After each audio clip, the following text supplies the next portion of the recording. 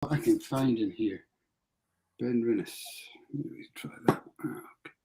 Okay, we are live. Welcome back for another Blether, and we will be talking all things Elixir tonight. I think, which should be good fun. Good evening, Ian Bruce. First on the chat tonight, watching on YouTube. Taking over from Phil Dixon with the fastest person. I know. Yeah. How's your day been, Russell? What have you been up to? My day's been okay. I've just been doing bits and bobs about the house as it was. I look like I've got jaundice.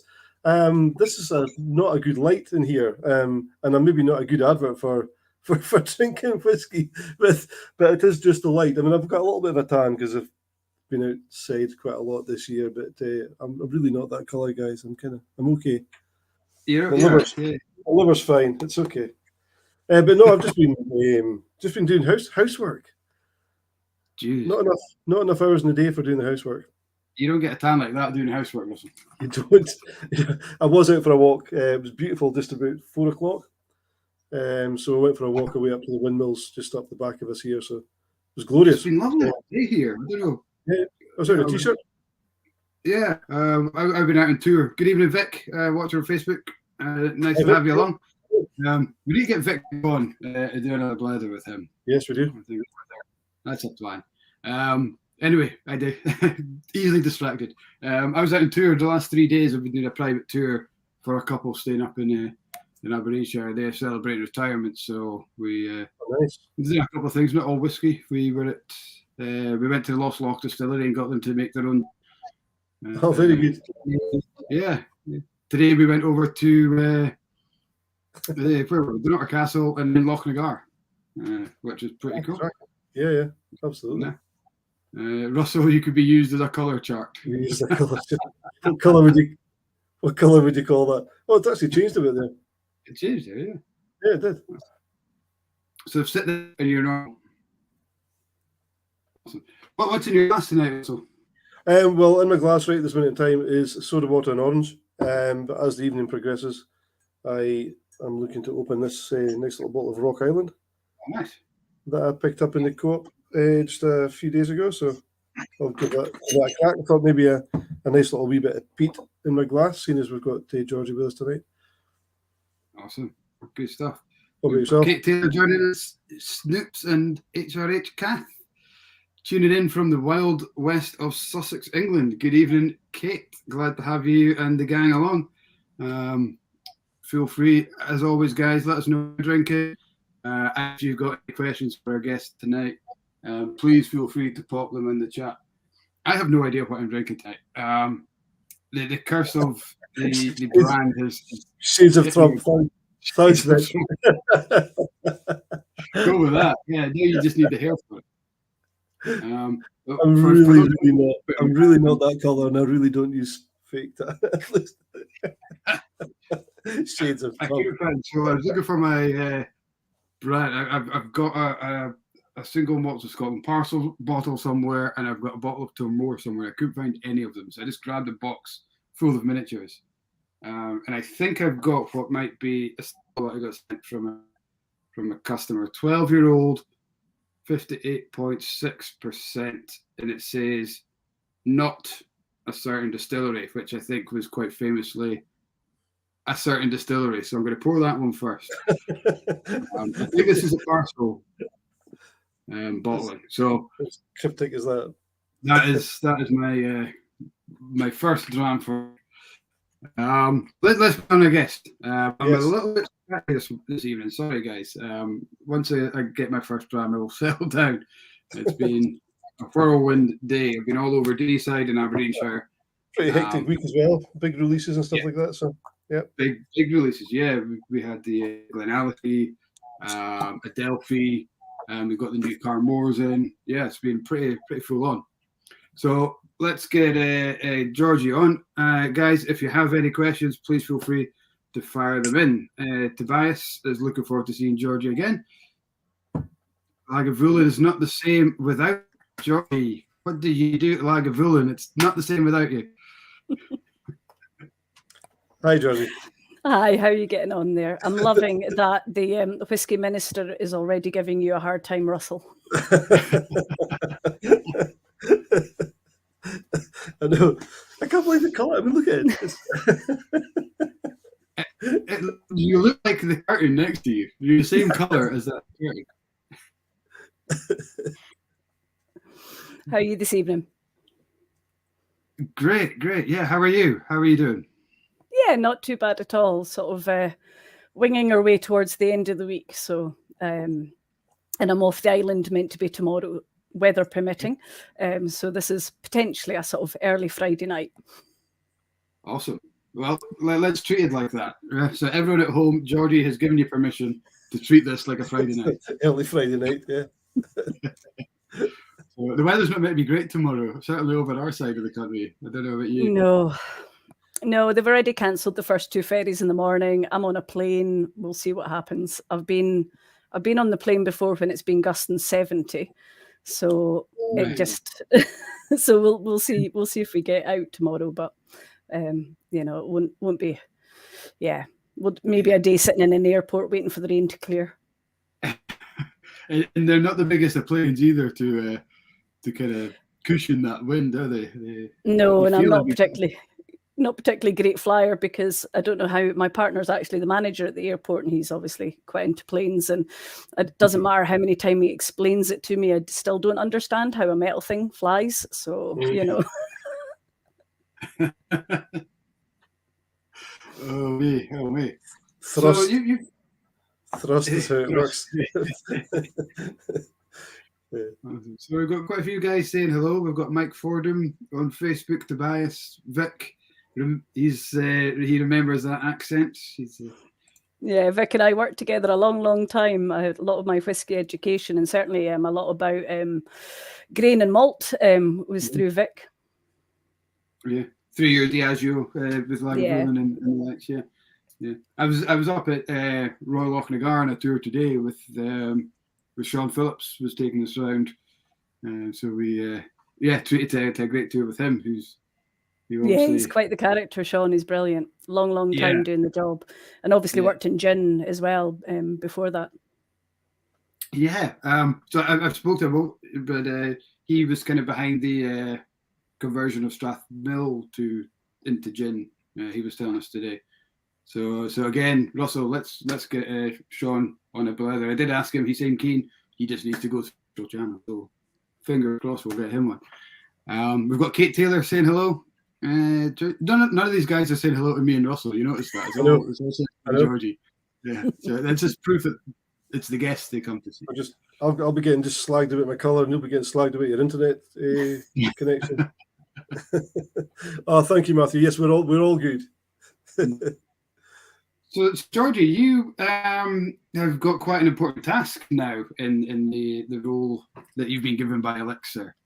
Do you want to tell us a little bit? I know we don't always focus on brand, but I think this is quite a big part of what you do now.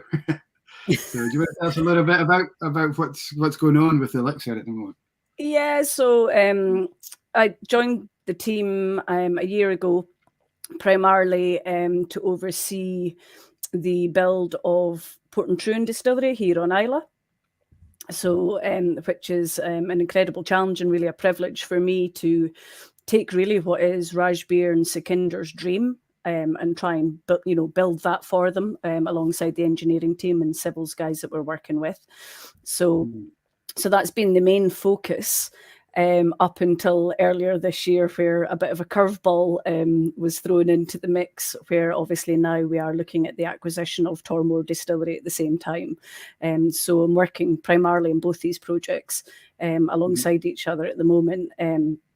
So yeah, the project here in Islay, a lot of the initial work was looking at what had already been pulled together through the planning process, working with our engineering team and really trying to get from Sekinder and Ollie, our blender, what is the liquid that they wanted to make at the distillery. And by talking through the different characteristics and different profiles that they want to make from the sort of 4 or 5 different styles of whiskey we're going to make there. It's then going back through all the engineering design, making sure that actually everything that we're putting in is fit for doing what they wanted. So actually quite early on, I was building all the sort of mashing and distilling plans for each different character style. Seems a bit sort of early on in the process, but by sort of sitting down and trying to work out how we're actually going to make each different characteristic that they want in each of the different spirits, I can then go and double check that actually we've got the right number of washbacks, what we're going to do with the stills is going to be right, you know, and actually settle on the design being correct before we sign that off. So we've been doing a huge amount of work on that, as well as the actual building design as well. And although it's sort of taken a bit longer than we'd expected, we actually have a meeting on Monday on the site with all the principal contractors and the foundations team, and that is us going to start with the foundations next week. So all the groundwork's already been done for preparation, but we're now at this sort of quite big stage where that's us going to move forward and start getting the foundations and the steel work done. So still working a lot on the design and procurement of all the plant and equipment, as well as working now on the sort of what the visitor centre experience is going to look like and things like that. So that's a real sort of milestone to get to. As I say, it's taken a bit of time to get there, but that actually eased me up a little bit in the middle of this year to start to look at this other project, obviously, which is super exciting, which is the acquisition of Tormore Distillery from Chivas.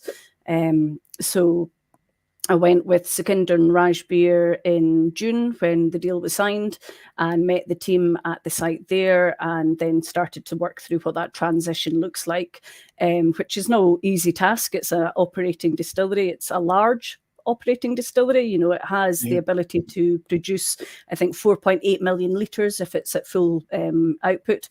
And with that, obviously, you know, we take on not just the process buildings, but all the warehouse buildings. So there's a lot of legislation that goes with that we have to work our way through to make sure that we're in the correct position to be able to take the distillery on, and then all the sort of HMRC licensing and things like that. So that's what we're working on just now. So building the team that will be based up in Speyside and that will sort of operate Tormore with us, and then working towards a sort of handover towards the end of the year, so that really from the new year onwards we'll be the new owners of that distillery. Wow. We've had a lot of guests on since we've been doing these Blethers over the last almost 2 years now. I mean, everybody's got an exciting job, but I can't think of any jobs that sound just as exciting as what you're in amongst just now. I mean, how exciting are you finding it? I'm not sure I'd use the word excited every day. No, it is. And I think that's the thing about it is it's incredibly challenging. We have some big tasks ahead of us, but I think the thing is I can't believe I know that the sense of achievement is going to be incredible when we get there with all of this. So it is exciting, and as I said before, you know, feel really privileged to be doing this with Elixir. You know, there's a lot of work that has gone in previous to a lot of what's sort of happening that I'm taking to do with now. So, and it's a real sort of, we've got a really strong team, but a lot of that's already in the independent bottling side of the business. So we're now having to build a sort of more distilling side and sort of build the right team of people to support those aspirations that we have currently that we need to sort of get to, and then the longer term plans as well. Yeah. We had Rachel Barry on a couple of weeks ago, and we will pitch this question to you later on, not just yet, but we asked, if money and brand was no object, what distillery would you snare? And she was very diplomatic, but I think quite truthful when she replied, "We'd like to start a new distillery from scratch and just put our own imprint on that." And you're kind of living that dream, aren't you? With obviously with the team, but that's what you guys have got the opportunity to do with Portintruan. Yeah, I think in fairness, I've got sort of jam on both sides. So yeah, I've got Portintruan. You know, obviously we have that ability to go from scratch, but also I think the thing about sort of working for Elixir is there's a sense of the most important thing is flavour, the most important thing is getting it right, and if it's going to take us time to do that, so be it.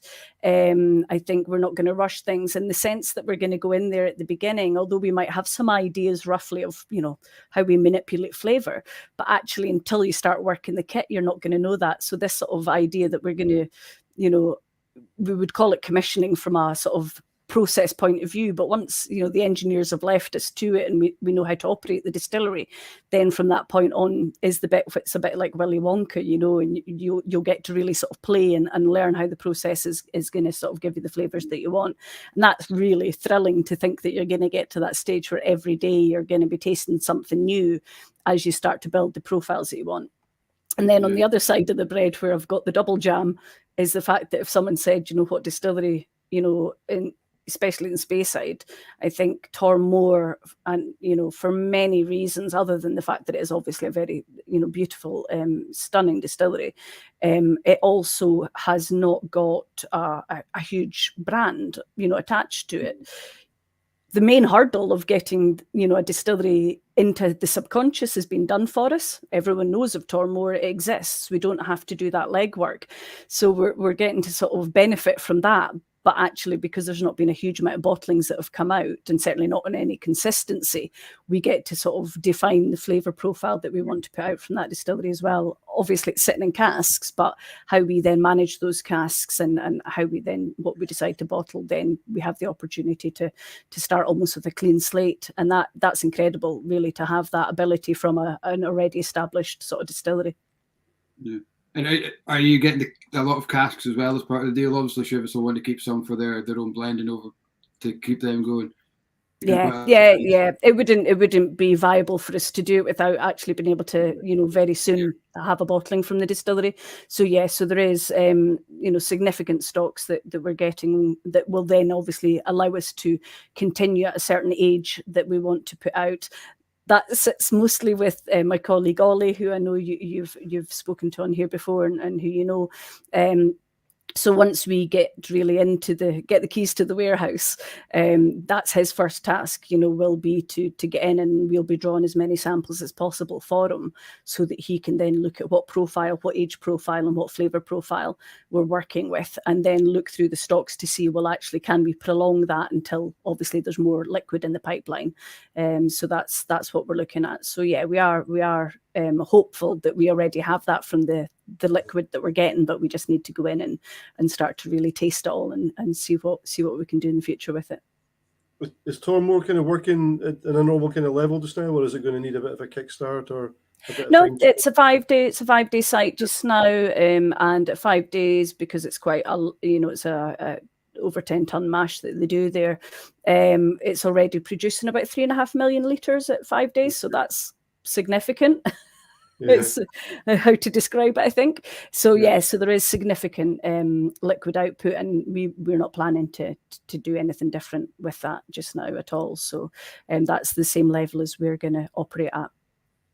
From us as enthusiasts, I guess, and kind of fairly similar kind of process, just a little bit down the road at Glenallachie with Billy, with a big company distillery coming into the play as a single kind of entity. That I think it's incredibly exciting. I haven't spoken to anyone here that can't wait, and Vic's saying exactly the same. He's really looking forward to seeing what's coming out of there, and I think it is the way people are feeling.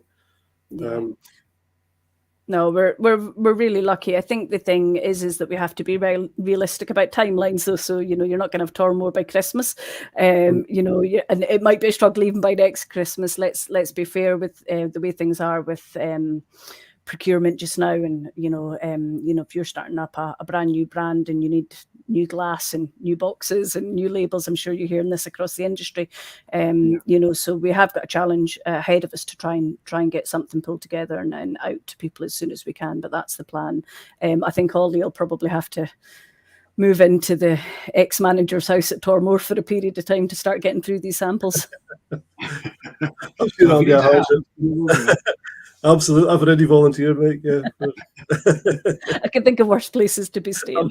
Absolutely.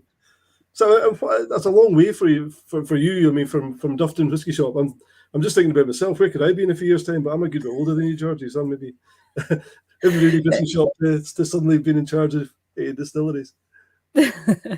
I do know it has been a long journey. But it was funny. I was thinking about it when I lived in Dufton. Obviously, I was back and forward past Tormore all the time.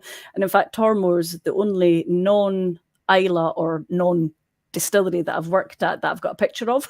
So I always have done. And I remember when I lived up there was when they actually sold off the houses in Richardson Road, the little road that sort of sits beside the distillery. And I shared a house, flat shared with Mark Watt at the time in Dufton. Okay. And the two of us saw it in the newspaper that they were up for sale, and we just wished we were a bit richer. Neither one of us had any money. He was working for Duncan Taylor, and I was running the whiskey shop in Dufton, and we just thought, oh, God, it'd be lovely to buy one of those houses down at Tormore. And here we are all these years later, so it's quite incredible. Yeah. Yeah, but you didn't stop short of that, did you? You went for the distillery. It's like... I can take no credit for that. Super. What do you think is going to be the more exciting challenge? Starting up a brand or reinventing? I think Portintruan will still always be, for me, it was the reason why I joined Elixir in the first place. I was really interested in the project over the years, as Sukhinder and Ollie were back and forward purchasing the land and looking at the distillery and starting to go through the planning process and all the challenges that they had. I was meeting with them regularly just because we've known each other a long, long time, and also to just give them a bit of on-island support. Although obviously I had no real intention at that point to leave Diageo and move to Elixir. But I kept telling myself that anyway. And, so I've been I've known about the project for a long time. And I think it's the passion behind it that's always, been crucial, and Sukhinder's passion for what he wanted and what he's wanted to achieve. And as I say, to sort of allow me to be a part of trying to bring that to life for him, that will always kind of have a huge part in my heart. There's no doubt about it. And obviously, coming from Islay, that's one of the main reasons I want to be involved in that project. I can see Tormore, I'm going to obviously support with the transition and make sure the distillery is set up and we have the right team. But then I think, it will be about having the right team and allowing them the freedom to establish themselves. And obviously, still work incredibly closely with the team up there. Everyone in Elixir works really close together. We are a small business, so everyone, if you have a skill, regardless if it's your job or not your job on paper, it doesn't matter. If you've got a skill that you can go and help with, that's what you do. That's how we work. As I say, it's a family-run business, so we do what we can. So so there's no doubt I'll always be involved in the evolution of Tormore and what's going to happen there as well. But I do want to make sure that we've got a team in there that feel like it becomes their distillery, really, and that they can make choices that they need to be made to sort of move that forward as well. And maybe I'll concentrate a bit more on the sort of getting through the setup and the commissioning part of what we need to do at Portintruan. I've never had the good fortune to meet Sukhinder yet. But Ollie was telling me a bit about him and just how wonderful a person he is. And I think he even said at one point he turned up with a van to help him move house at one point, just completely unexpectedly. Is that how your relationship with him is as well? Yeah. It's always been, that you become family when you start working with them, and that you're very much treated like that, and they respect your opinion. So like in the Portintruan project, there's not any sort of part of it really that my opinion's not asked about. So a lot of that is obviously the experience that you can bring. As we've alluded to, some of my background is more on retail whiskey shop. When I first joined Diageo, it was actually as the brand manager at Talisker, so it was running the visitor experience there, and that was during the time that we started to really drive Talisker forward as a single malt. So it won best whiskey in the world for the 18-year-old, and then that's where we started to really push the brand and started building a lot more of what you see now from Talisker. So obviously, I can lend experience to the build that we're doing with regards to the visitor experience and things like that as well. So once you're part of the sort of the family, then they do trust you and they do listen to you, and that's incredible. It's, as I say, it's not a huge team where loads of people work in different departments and they've all got their own individual thing. We all sort of work across sort of different areas, supporting one another, and so it's very collective in that way, rather than this is my department sort of thing, where sometimes when you work for a big company, you can be very limited in the range of roles that you get to do and jobs that you get to do. And so we've talked a lot about what's going on just now. We wanted to get to know yourself a little bit more. We know you started off at Whisky Shop Duff, then you went to Diageo, Talisker, Lagavulin. We know about most recently. What was it that drew you into whiskey in the first place? Was it always whiskey, or was it that you thought this is a job kind of thing, and then the whiskey caught hold? Probably the latter. To be honest with you, I mean, I grew up here in Islay. Wasn't that interested in whiskey. My uncle was the assistant manager at Bowmore and later the manager at Auchentoshan. I wasn't asking to see around the distilleries. I think we did a distillery trip as a school trip because we didn't even really have a swimming pool or anything back in those days. But not really interested. My parents had a pub over here, the Yard View. I grew up, around people that worked in distilleries. I knew about it, but it was no interest. And then I left Islay as a teenager. Anyway, long story, had been away travelling for a couple of years. I'd come back living in Edinburgh, and I had been running bars and restaurants. And I'd actually gone to the job centre at the bottom of Leith Walk, and there was a job running the bar at the Scotch Malt Whisky Society. So they were looking for an assistant venue manager, and I had been running bars and restaurants previous to that. So I looked at it and I thought, I don't really know anything about whiskey, but it closes at 11 p.m. That seems quite nice, because most of the bar jobs I did, shut at 1 a.m. sort of thing, And I was like, 11 o'clock's quite a nice time to knock off work. That would be quite a good job. So anyway, went in to the vaults, asked to see Annabelle Meikle. She was the hiring manager. She wasn't available, left my CV. And she always says from her side of the story, she then tried to run down the street after me because she just saw the words "I'm from Islay" written on the CV. And I think that probably is what got me the job. I then got an interview, and I remember I was sitting, it was back before they homogenised the look of the members' room. It was back when the sort of all the tables and chairs and couches all looked different, and before it was sold over to Glenmorangie. And we sat at table number 1, and I remember doing the interview, and that's what interviews were like back then, 20 years ago. You just sat chatting to someone, And I remember thinking, I've got this job. That's quite good. And then she came back and put a whiskey in front of me, and I thought, oh God, I don't drink whiskey. And it's funny because I'm actually drinking the same whiskey right now, and that's why I poured it, in case you asked about this. But it was a Rosebank, so I had no idea, how special this whiskey was. All I remember thinking was, I wonder if I'm sick, if I'll still get this job. Anyway, I managed to power through it, and that's when I was really lucky. When it turned from just being a job into something, there was a moment that clicked where I just went, all right, I get this now, and again, I'm going to sound like I only drink amazing whiskies. That's not true. But it was a Caperdonach, and it was probably Mark Watt that made me drink it, because it's one of his favourite whiskies, because he worked in the bar there at the time as well. And, there was just a moment where I went, I see why all these people are coming in here and what all the fuss is about. And, so it didn't take very long. But we worked with incredible people, that now work all across the whiskey industry in different jobs.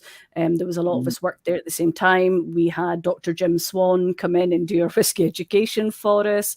We had Charlie McLean and, coming in to do the tasting panels every Tuesday night. So you got to spend time talking to him. It was always quite a special thing. If you got to take in the biscuits and cheese at the end of the night, maybe got to speak to these amazing people in whiskey.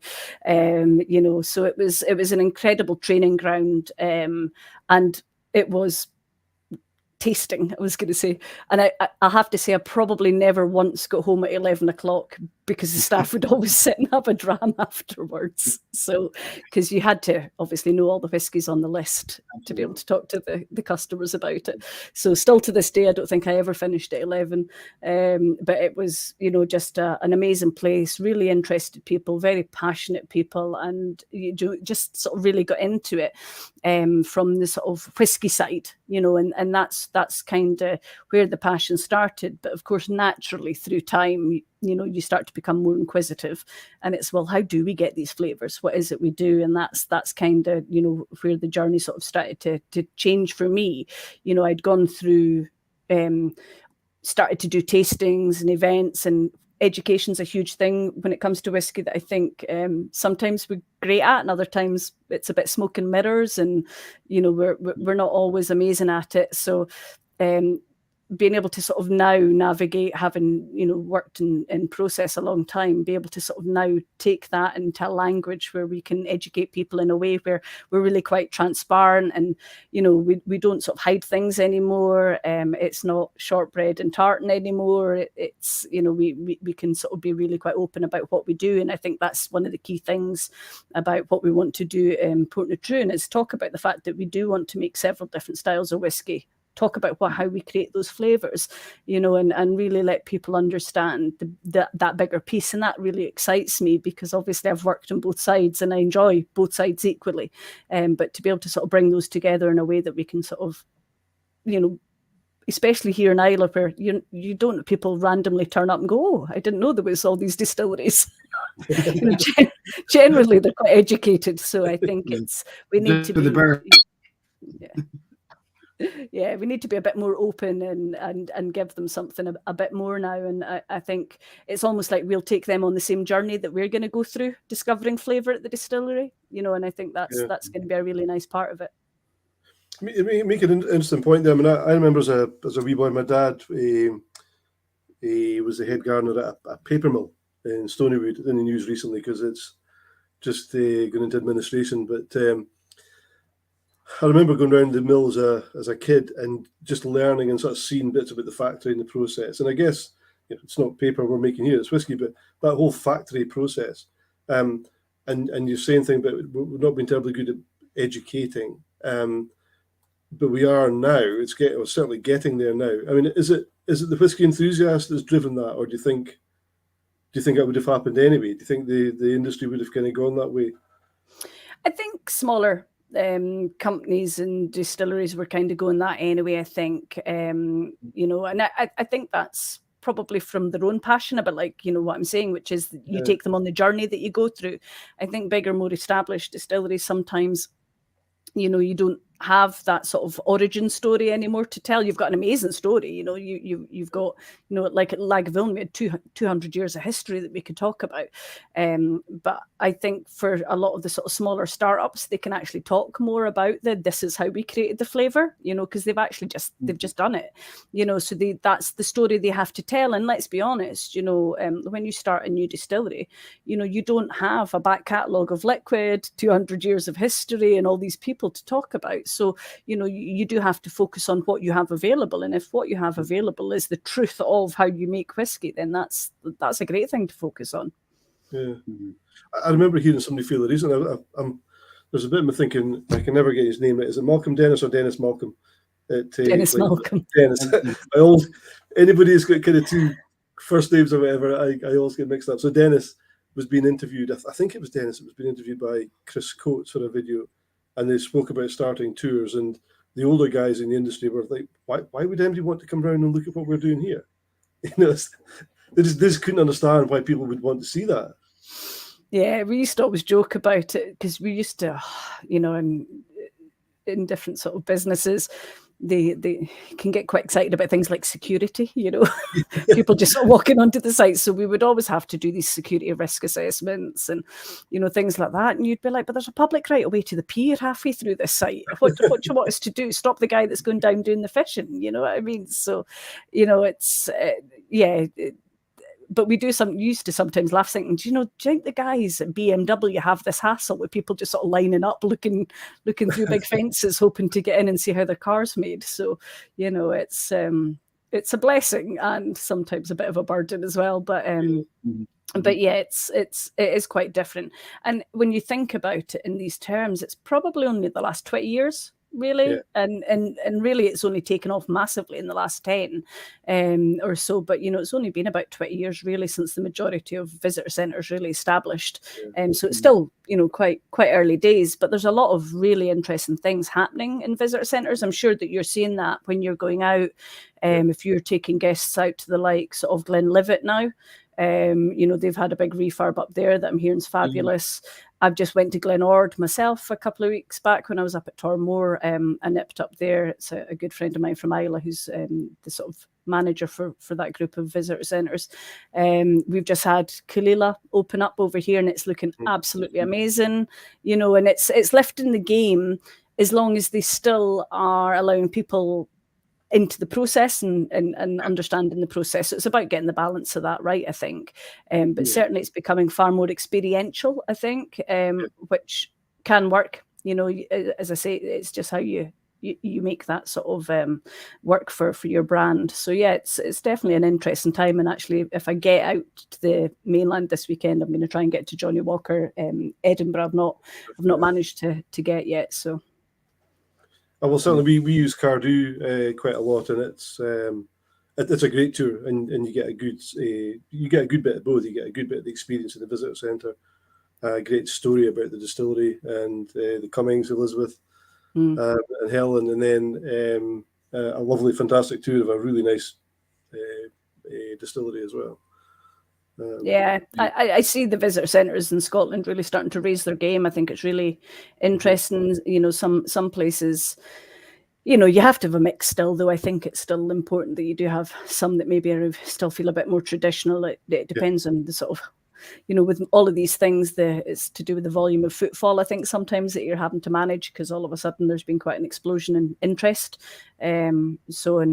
If the pound keeps going the way it is, I think we're going to keep having American tourists coming. So we probably need to entertain them. We've had a lot of them this year already, so yeah, absolutely, yeah, they're going to continue to come. But absolutely, I think we're the same year. Yeah. So the balance is vital, isn't it? Because you're going to have a lot of people come to these visitor centres who maybe aren't into whiskey the same way as the kind of enthusiasts and the geeks. So they get to want facts and figures and this, you know, they're almost looking forward. What is it going to taste like? Whereas you've got the other group who are like, what's the story behind it? And they're still looking at that tradition, that romanticism, that timeless kind of. And Cardew do it fantastic. But they've got a beautiful video that they showing the history of the distillery. And it's a great way because it is timeless. You know, it's not going to date. You get some videos that will kind of fade in time because you're going to get a lot of people in there who still want to be, who are still interested in whiskey, but not to the same extent. So I think we have to balance the history and the romantic side, and a little bit of smoke and mirrors. I think we still need that to fall in love with whiskey, because if you became, like you said, BMW manufacturing plant, we might lose that kind of side of it. I do think we're already in danger of losing a lot of the drinkers to collectors as price of whiskey goes up. And I think that romanticism, that history, that tradition is a draw for a lot of people to wonder what it tastes like. So I think it's very important to keep that. Absolutely. And it's one of the things for me is about inclusion, making sure that everyone's getting that opportunity regardless. And I think what I've seen, over the last few years, certainly here in Islay, is the range of different experiences that the distilleries are now able to offer. That they've understood that they have all this whiskey in warehouses. Why don't they start opening casks and doing different things, and rather than it just being sort of standard offerings? So I do see that diversification is happening. Obviously, I've been involved quite for a number of years with the Whiskey Festival here in Islay. So even, when I was no longer sort of working in the visitor centre, you got involved in quite a lot of different experiences that way. And one of the things we always try to do is try and take people out of the distillery to do experiences as well. So we did quite a lot of taking people up to, one year, try to kill everyone by taking them up to the water source at the back of Lagavulin, which is quite a hike. And, but other times sort of just taking out people and taking them away. So we'd quite often either do boat trips or bus trips where we would do the history of Islay and then have drams along the way. But really, the main focus wasn't just about the whiskey. It was about actually giving people a bit more of an education about the bigger picture about why do we have this amount of distilleries on Islay? What is it that was so sort of unique and special about the place? Actually, some of it we would go all the way back to sort of almost prehistory, sort of just post Ice Age. That's where the story of Islay really starts, and then we would try and thread that all the way through. So some of it is about, you know, saying to people there's more to just what's in your glass or just what's at the distillery. And I think it's really nice to see so many different distilleries actually offering that sort of type of range of experiences from, I'm here on Islay, I've got to get around all these distilleries in 2 days. Okay, well, here, just come on this tour here, through to I am a massive Ardbeg fan or, you know, Lefroy fan. I've come from America and I want to do the, you know, the most unbelievable experience with you, and then they can do a half day or a full day sort of experience. And I think that as long as you have that sort of range where you can cater to everyone to a certain level, I think that's really important. And I think that's really important from what you're saying as well, from a liquid point of view, where it's possible, you know, to try and have it that you can have a range of whiskies where it is inclusive for people that can actually, you know, buy and open whiskey. And that's something that in the last year I have actively made myself do, which is not putting whiskey aside, opening bottles, buying new bottles from new distilleries, finding out what's going on out there, going to new distilleries and opening it up and sharing it with people. And I think it's far better that way than you know, putting whiskey aside for a moment that might never happen, you know. Yeah, absolutely. I kind of came to that conclusion, funnily enough, yesterday. There was I saw your post, your wee half an hour. Oh yeah. But I just suddenly thought, why would I keep these in? And certainly this time, apart from anything else, the auction rates, the rates are going down.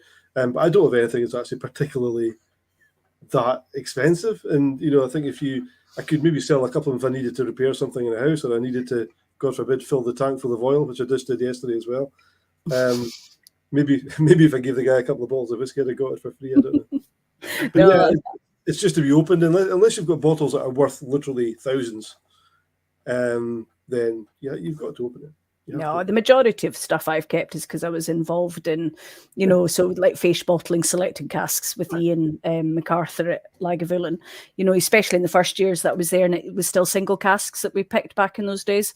And it was literally, you know, we'd go down to the warehouse and go through samples and pick the casks when they were still picked off the island. But I'm of a mind now that once I'm sort of in a house looking to move house again, and once I've got my sort of collection back, it'll just start getting opened. You know, that's kind of the plan is to just start drinking it. What date's that going to be? A while away yet, but yeah, no, I think it is. It's going to be a big party. I think it'll be a lot of old Lagavulin in there, I think. May manage to afford the ferry fare by that time. I'll start saving now. Oh, it's not affording the ferry fare that's your problem. It's getting a booking, but that's a whole other that's a whole other chat. Are you taking advance bookings for it? Oh, don't go down the Calmac conversation. No. Well, we always say politics and sport have got no place in a whiskey taste and another conversation. Yeah. So we can't bribe our way onto it then. Pete Taylor's asked, she was at Fage this year, drove past the Portintruan site. It's going to be a beautiful site. The rumour on Islay was that there was a virtual reality set up on the proposals. If so, can we get that online so we can all have a nosy? That is a brilliant request that I've already written down because I noticed you putting it on there, and I will look to see what we can do about that because I think that's a great idea. Yeah, we did. We had a couple of cabins set up because obviously we didn't have an appropriate place to do things, but we still obviously wanted to participate in Fish because, of course, we're going to be the first distillery on the distillery path that you're going to walk past. So we knew we'd get a lot of people interested in what was going on. So we set up a couple of cabins, and we had the VR headset set up with the 3D model in it. So it was really good. We got a lot of people dropping in, and a lot of people that I've known over the years that you see. I can see Sandy Reed's on there. So there was a lot of sort of being able to get people up to speed with what the plan was. But I think that's a really good idea. I think I'll certainly bring that up at our next design meeting to see if you'd think that having done that in May, we would have had a completed one. We're still working on some of the model at the moment. In fact, that's what I've been working at this week mostly, is going through the 3D model review. I think that might be a great thing to get up on our website. So I'll certainly bring that up and see if we can do that, because I think it is, like I say, we want to bring people on a journey of what we're doing. So I think that's a really nice thing to do. And I think, as we get into next phase, hopefully we'll have more that we can show again. We were quite lucky this year to partner with a few different groups on Islay, where we hosted tastings and events for charity, which was really nice. And we'll look to do the same again next year. But yeah, I'll certainly bring that up and see if we can get some version of the 3D model on the Elixir website for people to have a nosy at. Superb. That would be awesome. Yeah, and then we could all have a nosy. Mm-hmm. So just for the guys who maybe know, Portintruan, where does the name come from? What's the significance of that? Yeah, so it's actually the distillery is going to look the still house and the sort of end of the visitor centre and bar restaurant looks out onto Portintruan, which is a bay just between. I mean, it's between us and Lefroig, really. There's a wee settlement of houses there. It means place of the streamlet. And actually the farmer whose land that was purchased, that we're building a distillery on, a guy called Willie, it's Portintruan Farm that the land was part of. So that's where the name came from. You would think that would be a simple choice, it's linked to the land.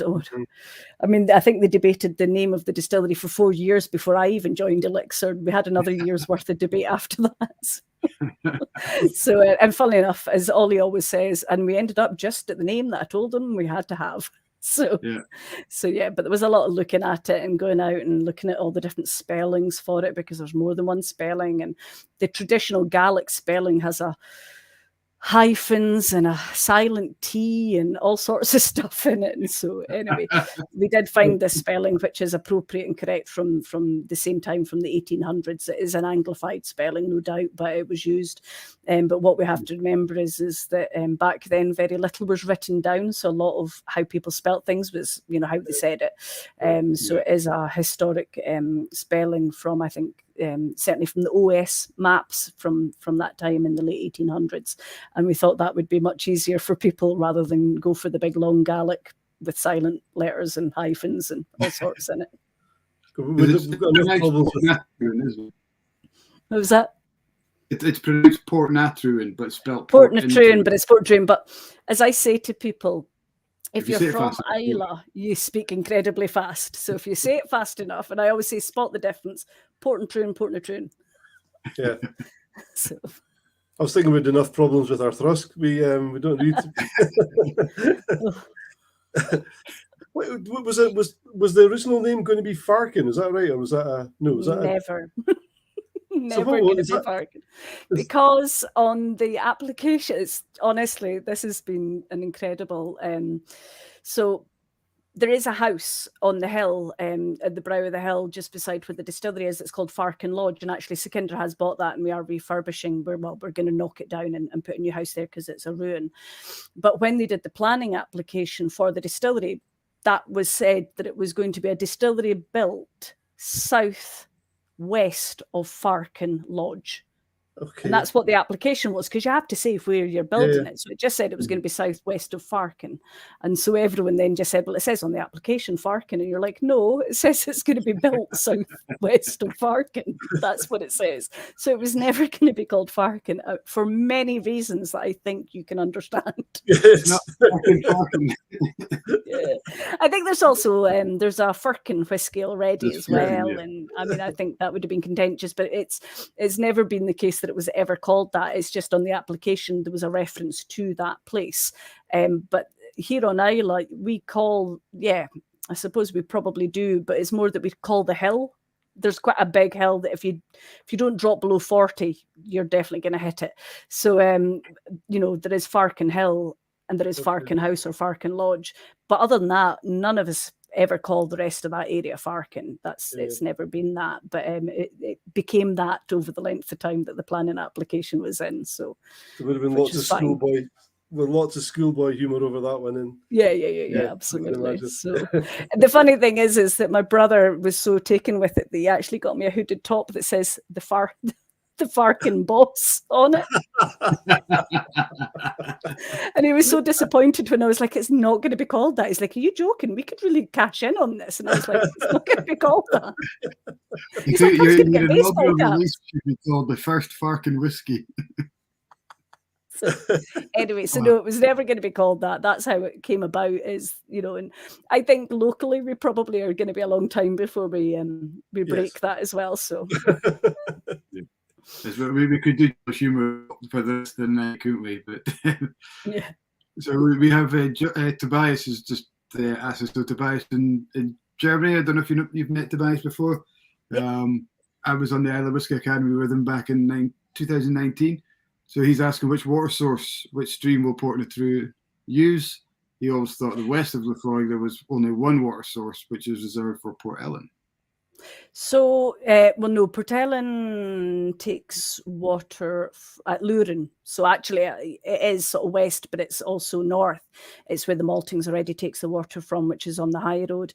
The water source is going to be built. It's a reservoir. So we're actually building our own reservoir. So as you go along from where the distillery is going to be, you've gone down the big hill.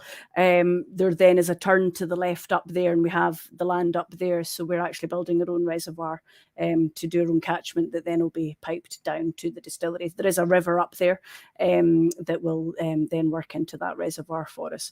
We're also looking at some options about boreholes as well, just for backup. So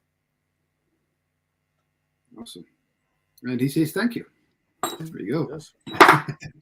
You're fine. I don't think Lefroy would be very happy if we decided to start taking their water. I believe there was a certain man tried that already up at Malt Mill Distillery at Lagavulin, and it wasn't very successful. But that was always the story at Malt Mill, was that they diverted water from Lefroy to try and recreate the flavour of Lefroy at Lagavulin. So I think they probably have got a bit of a stricter watch on what's going on with the water supply there these days. How the island was taken to the new distillery? Everyone seemed to be behind it. Everyone on board. I think, in fairness, initially reservations, and probably rightly too, until the pertinent questions that people have are answered. And I think that's right. I think one of the key things that we have to do as part of this is a lot of safeguarding. So that's of the environment of what we're doing, what our plans are with regards to use of water, energy, what our plans are about looking at some of the infrastructure, that needs to be put in place on the island. So, it's still a journey to really let people know. I think what was really good at Faish was having the ability. So it wasn't just whiskey people that were coming in to see us. It was a huge amount of locals. And we made sure that the locals knew, that we were doing this so that they could come and actually ask us the questions, that they wanted answers to. And a lot of that is around the fact that there is very little unemployment on the island, and we have issues around housing that are currently happening, conversations about ferries and how are we going to get materials in and out to the island, and the long-term plan for that sort of thing. So absolutely, I welcome those sort of questions. I think it's, for me, it was the same questions I had, or, before I joined, because that is a lot of the stuff that really is important to me around that. And then also looking at what are we giving back to the community, because I think that is a huge part of what we have to do to establish ourselves in the island and show that really overall that we are giving back more than it looks like that we're taking from the island. And that's a huge part of what I see my role being, is making sure that people are very clear and understand what we do, but also me holding our own feet to the fire a little bit and making sure that we actually do what we say we're going to do. And I think that's I take a lot of pride in doing that. And that is projects that we've already been working on. Although we don't have a drop of liquid coming off a still, we already are giving in to a lot of community groups, and we've done quite a lot of charitable giving already this year. And it's important that we go out and we find out what's important to the community and what we can work with the community on. We have a planning application just gone in for 14 houses to try and I suppose create a community around the distillery. Like, funnily enough, the houses we talked about at Tormore, or if you drive through Lagavulin, Ardbeg, all the sort of how these villages on Islay really came up. So we're looking to do the same again, to make sure we've got that. And it's about, for me, being able to create a route for our young Elix Islanders to actually think that they've got a future on the island. Certainly in the times that I grew up here, although I left before I completed high school in Ireland and moved to the mainland to finish school. At that point, there was no route. The majority of kids that went off to university never came back, or college, So now we obviously have incredibly well-paid jobs, really high-skilled jobs on the island, but it's really difficult to sort of get, that sort of first step on a ladder of getting housing on Islay. So that's one of the things I'm really keen on trying to do, is like apprenticeships, where we can get guys and girls going off to do brewing and distilling, come back, do their dissertation work with us, bearing in mind we're also building a pilot plant at Portintruan. So we're building a micro distillery. We're building a distillery which is a 1/2-ton mash that can do multiple spirit characters. So we're looking at grain whiskies, rums, things like that. But we could be having these kids going off, coming back, doing dissertation work with us, work in the summer in different departments at the distillery. Yeah. Some of the houses we're putting in are of multiple occupancy, so they're more like flats. So we could accommodate this sort of style of working. And then same for sort of seasonal guides and things like that. And then actually at the end, they have the ability then to join the team as a full-time member, and we would have accommodation then, available for them. So it's about trying to grow the community in that sense, that actually we can have housing as part of this, and also to grow the talent on the island as well, if we can do that along the way. So that's part of the bigger piece that we want to try and do, is actually try and build that sort of community around the distillery again, of the workers, but have these opportunities where we can get people off the island into apprenticeships with us, come back and then get jobs with us at the end that come with accommodation. And I think that's a really important sort of element of what we're trying to do. And also at the distillery, maybe have this as a place of education, where the likes of other students that are doing brewing and distilling could actually come and do a dissertation work with us, whether they worked for us or not. Actually use it as a satellite place of education, where that pilot plant, that small distillery we've got, people can come in and do experiments with us. And, if they've got ideas, or, work with the Scotch Whisky Research Institute. I know that they've got their own labs, but sometimes scaling these things up is quite difficult for them to do. So we want to make ourselves available to the industry to actually come in and try and do some sort of quite interesting things. So a lot of the spaces that we're building around the visitor centre also will have like nosing and tasting labs, and places where we can actually take these ideas of innovation and actually sort of work through them. So yeah, really exciting. Absolutely fantastic. And just kind of go back to your own experience of not being interested in whiskey when you were young, and deciding you were going to go elsewhere, even though you'd relatives in the industry that could have been an opportunity for you to kind of go into it. But looking back to your sort of time at Lagavulin, being the first female manager, getting all the awards that you've done, and actually being a prominent woman in whiskey now, it's fantastic that you're given these opportunities. And I like the idea of looking back now, if this opportunity was around when you were younger, it might have been something you might have actually thought, actually, that sounds like not a bad job, that. I'm going to get absolutely. Yeah, no, absolutely. I think that's the thing about it. I think, let's be honest, and a lot of people sort of talk about being a woman in whiskey, and I think a lot of people have sort of asked over the years, what was it that changed that allows you to do your job? And I think really what has changed is technology. Let's be absolutely fundamentally here about it. I think that working at distilleries was a dirty job, a hard job, and they had guys in because they needed a lot of brawn, back in those days, because you were, lifting and moving and pushing, and it was quite a physical job initially. And as there has been transformation in the technology, pumps and motors make a big difference to things, So as that sort of changed, then actually the types of people that they needed changed over time. I mean, it would have been very difficult 50 years ago for a woman to go in and tell this team of guys, what to do from a point of view. It just wouldn't have been a particularly pleasant place to work anyway. From a, I think Bessie Williamson did all right, didn't she? Absolutely. So, there has been a sort of real change in how we did things that fundamentally changed, the type of people that would then be fit to do the job and work the job and things like that.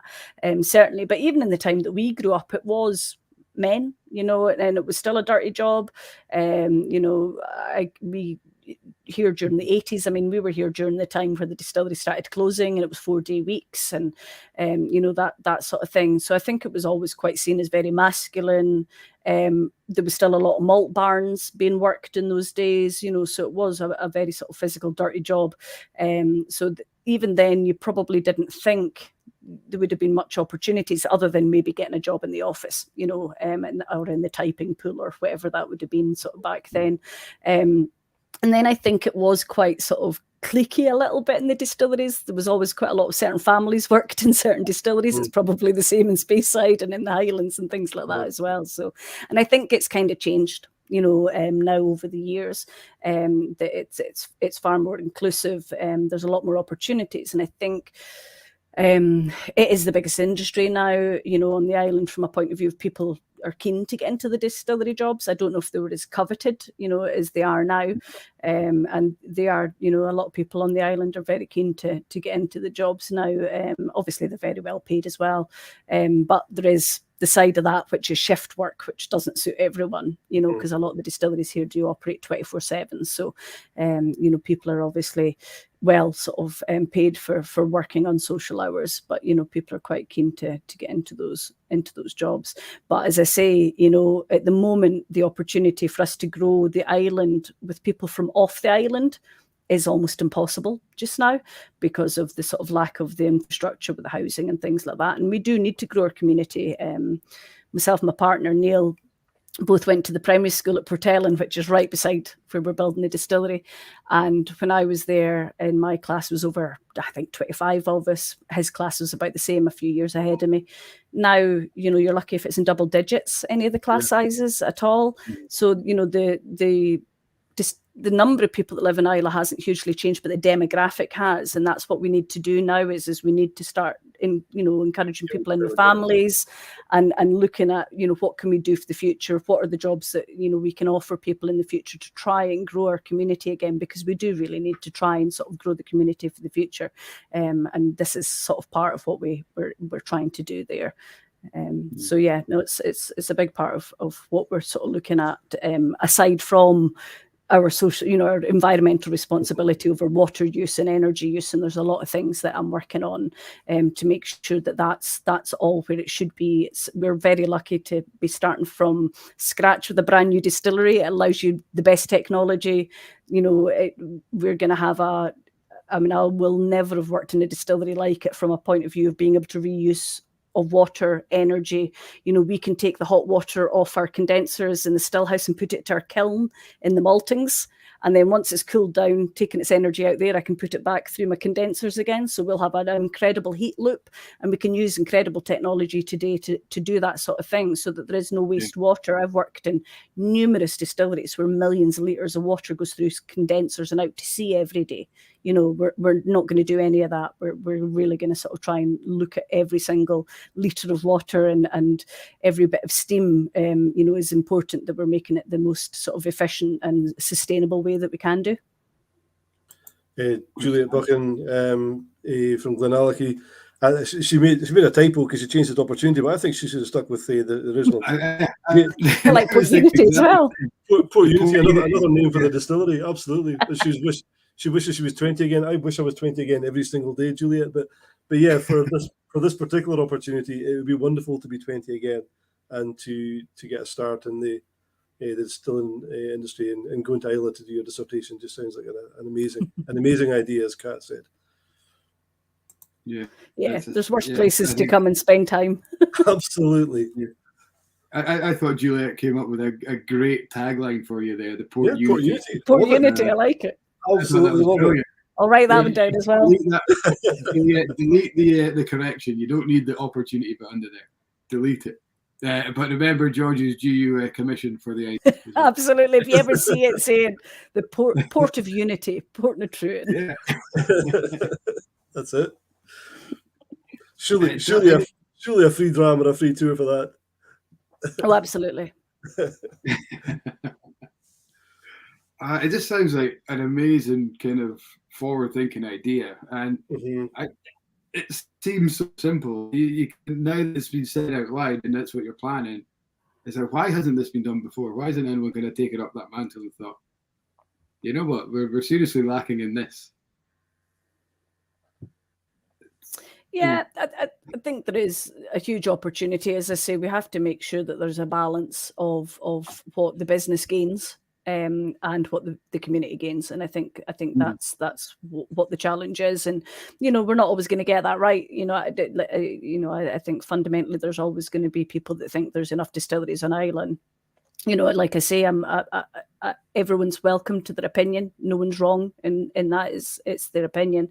But if we can show what it is we're trying to do and also the partnerships that we're already starting within the community and the longer term sort of projects that we want to be involved in and the initiatives that we want to be involved in that will drive that forward. And I'm quite lucky that I've joined the steering committee as well for what we're calling it's part of the carbon neutral islands, so working with Scottish Government on how we make Islay carbon neutral. So we're one of the focus islands that Scottish Government want to have carbon neutral by 2040.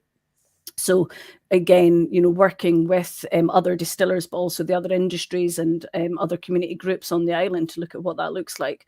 How can we be a positive driving force, and what expertise can we bring in that will actually support, putting the correct infrastructure onto the island? So that's another sort of big thing that we're working on at the moment is trying to be a part of what that strategy is and how we can, again, hold everyone accountable that has to play a part in that. Now, it's not just responsibility of distilleries on Islay to, find solutions for that, although we are the biggest by far users of energy. So absolutely collectively, we have a weight and a voice that we have to use. And we can do that in a way that if it makes a positive impact for the entire community, that's what we should be doing. So, for me, that's really, really important just now, as well as looking at what is the long-term plan and how do we get everyone who's using energy in Islay on the journey, and educating them to understand actually what the challenge is.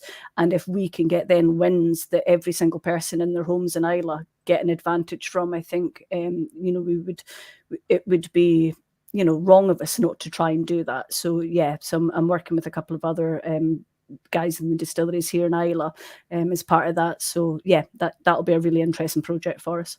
The carbon neutral, I guess, is interesting with the amount of peat, I guess, and peat being traditional in Islay whiskies. You're also working with the SW, because the SW got a paper coming out sometime soon with regard to that.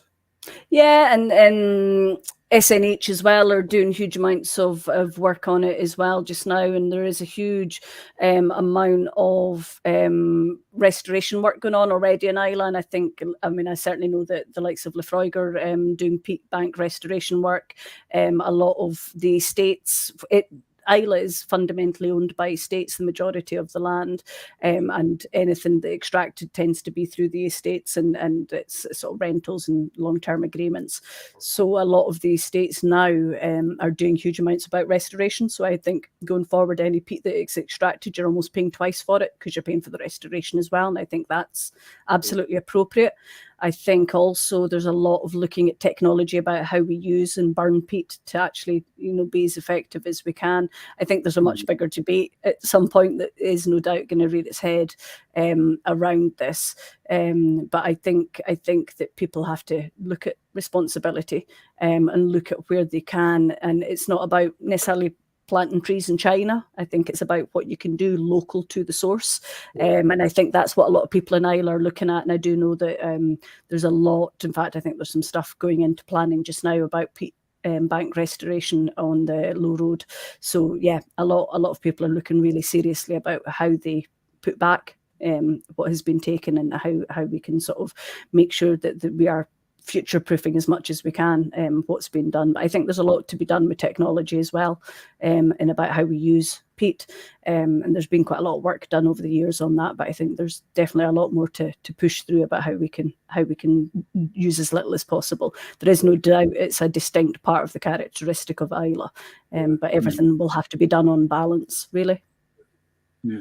Is there an opportunity to do something like McMaira, or maybe doing in Sweden, because they smoke with juniper bush to get that smokiness in there, and it's a different style of peat, a different style of smokiness, but there's maybe opportunity there to use other sources.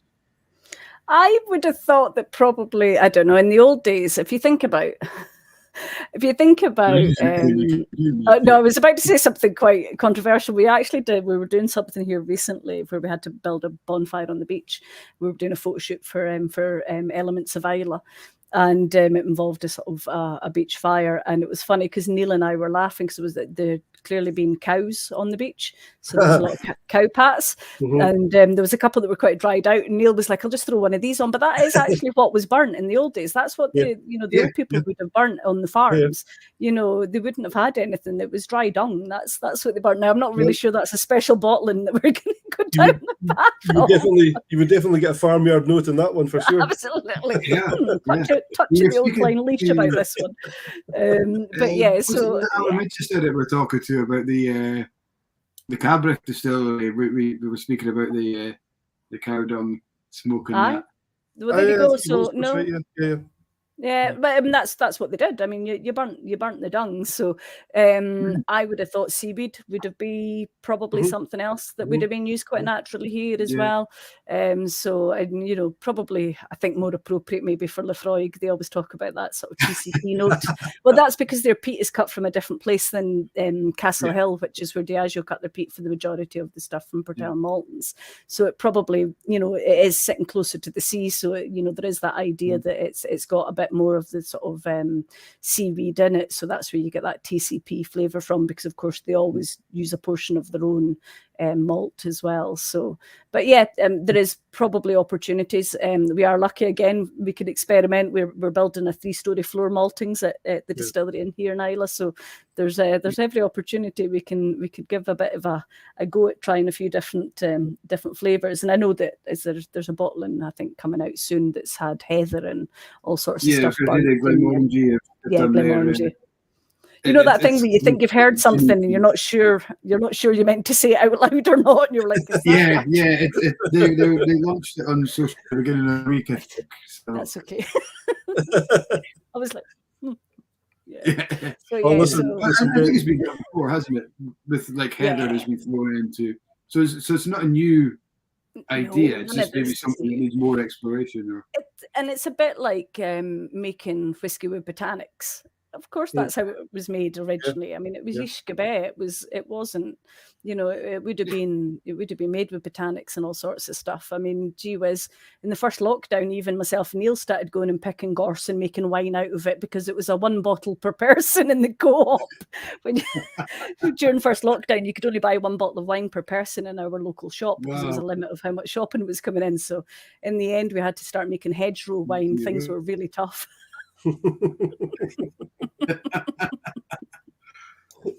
Cat Housley is saying rushes, we could burn those in the west. There's plenty of them.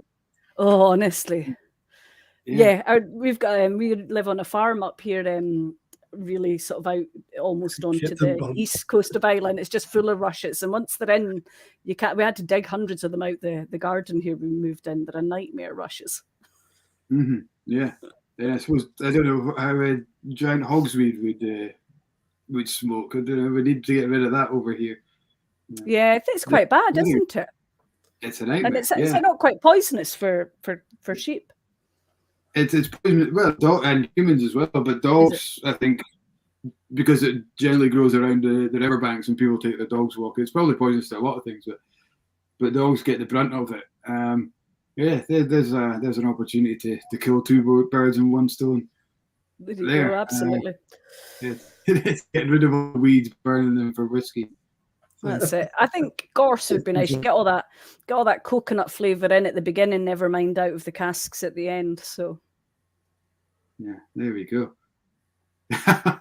Callum, no, that's naughty. We're not gonna talk about that one.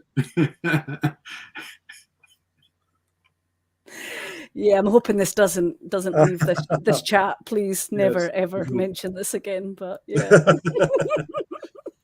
You might kill all the birds. So I mean, obviously there's a lot going on with Portintruan, and it all sounds very, very exciting. I cannot wait to see the. It's been quite interesting from the way the industry has kind of evolved in such a short time since we opened the shop in 2015. Obviously, a lot of things were going on in the background with what you're going through now, but with guys like Arden and Merkin and Lochleigh, Lindors, all these distilleries coming on the go. It's really exciting to know that there's this new generation of distilleries that we're going to grow up with, and our kids are going to grow up with, and are hopefully going to be around for a very, very long time. Because whiskey, to me, and what kind of captures a lot of people in whiskey is the history, and so you're now we're a new chapter of that. Kind of in the last kind of 10, 15 years with all these new distilleries. Is there any that particularly stood out for you and you thought, wow, they're doing some really exciting stuff? I want to follow their journey? Or are you just kind of caught up in the whole wave of these guys? I think you say there's some unbelievably exciting stuff out there. I don't think there's any one particular sort of that we're focusing on or looking at. But for me, I mean, I was lucky. Neil and I were at we had a gig up north. I'm just trying to think where it was we were. It'll come to me in a minute. But as we were heading out there, we thought, we'll just we'll nip over to Skye and go to Rassay, which, by the way, was absolutely not on the way of where we were going. No. And we were like, just nip over to Rassay. But Neil knew that I was quite keen to sort of get, and he's like, come on, we'll go over. But unfortunately, we'd been out the night before with a guy, you may know him, John Beach, and Drummond and Droghett. So anyway, we ended up in Rassay with not feeling a wee bit tender, and it was fantastic, you know. And I just absolutely love seeing what people are doing, and doing it on a small scale, and getting on with it, and just getting it done, and in these sort of really interesting places. Again, very community minded. You know, the whole setup at Rassay, you know, it being sort of quite a small place, but just absolutely fantastic. I did quite a few chats online, and then latterly in person with some of the guys at Nick Nean. I think what they're doing is amazing, and the distillery manager there, he's ex-Oban, I knew him there, and yeah, they're doing some absolutely brilliant stuff. Really interested in the sustainability stuff that they're doing and how they're doing that. So I've been spending time with some of their sort of guys, talking to them. Of course, I've got ex-Diageo. This is the joy, you know, ex-Diageo colleagues all over the place. So yeah, I've got, you know, people that we're sort of talking to everywhere up near you. Although quite a big distillery, obviously Glengarry are doing some really interesting things similar to what we're looking at. They've just re-established their floor maltings, direct fire stills, exactly the same as we're putting in as well. So really been catching up with Quinelli, the manager there. He's doing brilliant things up there. Really, really interested in what's going on there. So yeah, so there's loads of amazing things that is going on in the industry. I think there's some, again, an ex-colleague, Vic will know him as well, Scott Snedden at Inch Darnay. really interesting things with yeast, rye, all sorts of stuff, very similar to sort of some of the stuff that we're really interested in sort of looking at and doing some work with. So there's brilliant things going on in the industry, and really unlike any other time in the 20 years that, you know, I've been working in whiskey, really people are very open, transparent. It's not, you know, a lot of the stuff big companies have been doing, they just don't talk about it. You know, of course, if you had, you know, a big whiskey company, why wouldn't you be trying all sorts of stuff, you know, and doing things? But they sort of keep it quite, you know, quiet into themselves, and then eventually maybe a bottling will come out. And Diageo was a classic for that, when they already brought out a rye and everyone was going on about someone else, and they're like, oh, we've already done that, you know what I mean? And you kind of forget that these things do already happen in big companies, but actually these smaller companies are being transparent about it and open about it and talking about it being flavour led and talking about what they're doing and what a difference it's making to the industry, I think, as a whole. And I think that's what's driving everyone forward just now. And it's a lot of people talking to each other. You know, I think the industry is more inclusive now, with one another, and talking to people a lot more than they ever have been. And I think a lot of that is driven by there being a lot of new players, you know, out there, and obviously really keen and interested to learn. And a lot of that is to absolutely, you know, look back to the 200 years plus that the other distilleries have, you know, they've been doing this a long time. And unless you're really dramatically changing something, it's all been done before, you know, really, or, you know, there's a level of that, you know, that a lot of it's been, you know, sort of thought of before, and people go through cycles of having done things for a reason, forgetting why they did it, not, you know what I mean, and going back through the same cycle again. So there's a lot of that, but I think the new and young sort of players in whiskey just now are changing the game a little bit, I think, and I think it's really interesting to see that. I think it's interesting with the liquid that's in the bottles. I mean, you guys will see that.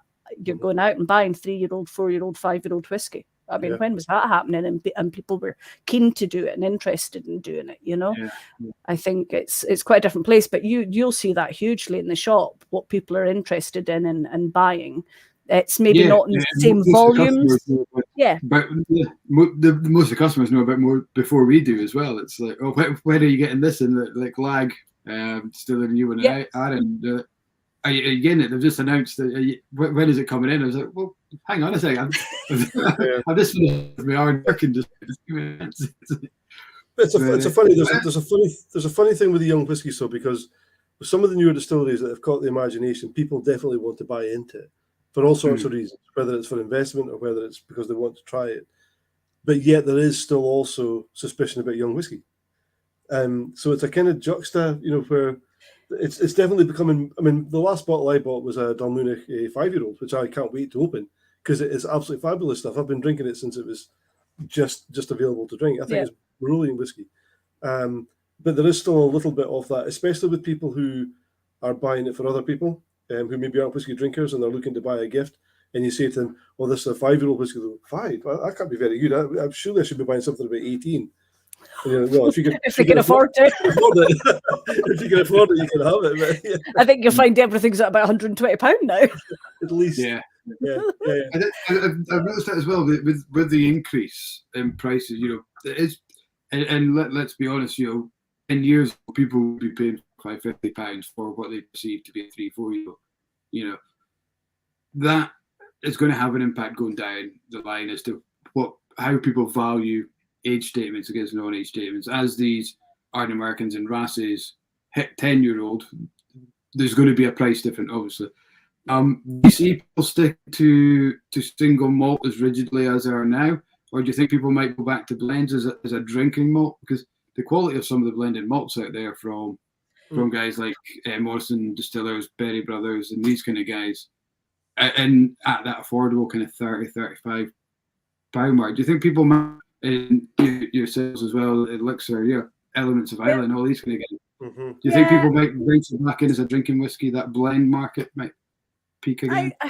I think what I've always found about whiskey drinkers is they don't stick to one thing. Let's be honest. You know, they you know, you'd like to think that, you know, even if they've come to your distillery and they'll make a connection for life, You know, they're a little bit loose when it comes to you know, sticking to one brand. And I think also it's about mood. I mean, before we came on, Russell and I had a bit of a chat as we were doing the sort of sound check, and we were talking about what we might drink. And I you know, will be honest, you know, my usual long drink, and it might be from going back and forward to Ireland quite a lot, because it's obviously just over the water here, and we go quite a lot to Ballycastle from here, is Jameson and ginger ale. You know, I'll have that as a tall drink with ice and a squeeze of lime. You know, I'm not embarrassed to say that, but I won't sit and drink malt whiskey every night, but I'll have one of those maybe at 6 o'clock when I finish, and that, you know, that'll be my sort of evening drink. And I think that people tend to have a range, that depending on the time of day, what it is they're doing, you know, that sort of thing, that they'll drink, because, like, let's be, you know, blunt, you know, drinking high-end malt whiskey is a very expensive pastime, you know, that not all of us, and even those of us that have access, or what might seem like unlimited access to it, we're not doing it either necessarily all the time either. So I think you're right. I think what's really interesting, I think, with Elixir, is what they're doing with that Elements of Islay range, where instead of it just being only niche small batch malt whiskies, we've gone into a vatted malt, you know, the cask edit, but we're showing that we can do it. You know, there's 3 bottles. You've obviously got the vatting, and it's Portintruan, and Portintruan-esque in the fact that we've got Kalila in there, but it's got Lafroig in it. So you've got these 2 great Islay whiskies in it, but we're doing one which is at 46%. It's got the mixture of the bourbon and the sherry in there, and that is meant to be a drinking whiskey. It's going out at £45 for a 70cl, because we want people to buy it and drink it, you know, and that's the sort of key thing with that whiskey. However, we've done the same whiskey, the same vatting, but just in sherry cask only at cask strength, or roundabout cask strength, and the same as bourbon cask only. And that's to say, well, actually, here's an elevated version of it. You know, it's a stronger version, and this one is looking solely at sherry casks and the influence of that on these whiskies, and then the same with the bourbon, and that then takes you up that range and into a different flavor profile. But certainly with the cask edit, you know, it is about making a price point where people are buying and drinking whiskey. And I think that's what we touched on earlier on, is it's fine to have a range, but you have to have something that people are actually willing to sit and drink and actually open and give to other people, not just sort of drink and keep to themselves, but, you know, when people come round, that you're going to pour them drams. So it's a really interesting time that we're in, I think, just now, with that sort of move towards luxury at one end of the business. You do have the new players coming in, and obviously if they're working in small batch, high cost, you know, it's going to be quite expensive still for a 5-year-old whiskey, you know. So it'll be interesting to see where it all lands over the next few years, as some of these distilleries start to have older whiskies going out, to see where the sort of price point starts to sort of land with them. Yeah, brilliant. So I think it's time for us to ask the question about how you ended up in Parks and Recreation.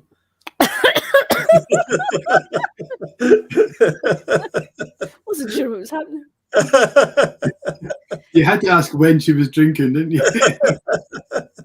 My timing's perfect. Every now and again, I get sent a random screenshot from someone going, "How come I didn't know this?" And I'm like, because I don't tell anyone. So Parks and Recreation, that was quite an amazing thing, eh? So I don't know, we had it alerted to us through the guys in Diageo in America, and we started seeing screenshots of the TV show of Ron Swanson always drinking Lagavulin, and then I started watching the TV show. I actually really liked it, and it started becoming more and more prolific. You know what I mean? It was almost like it was every episode, you know, and you were like, God, are we paying for this? Because initially we weren't. You know, there are huge departments in whiskey companies in America who just work on product placement.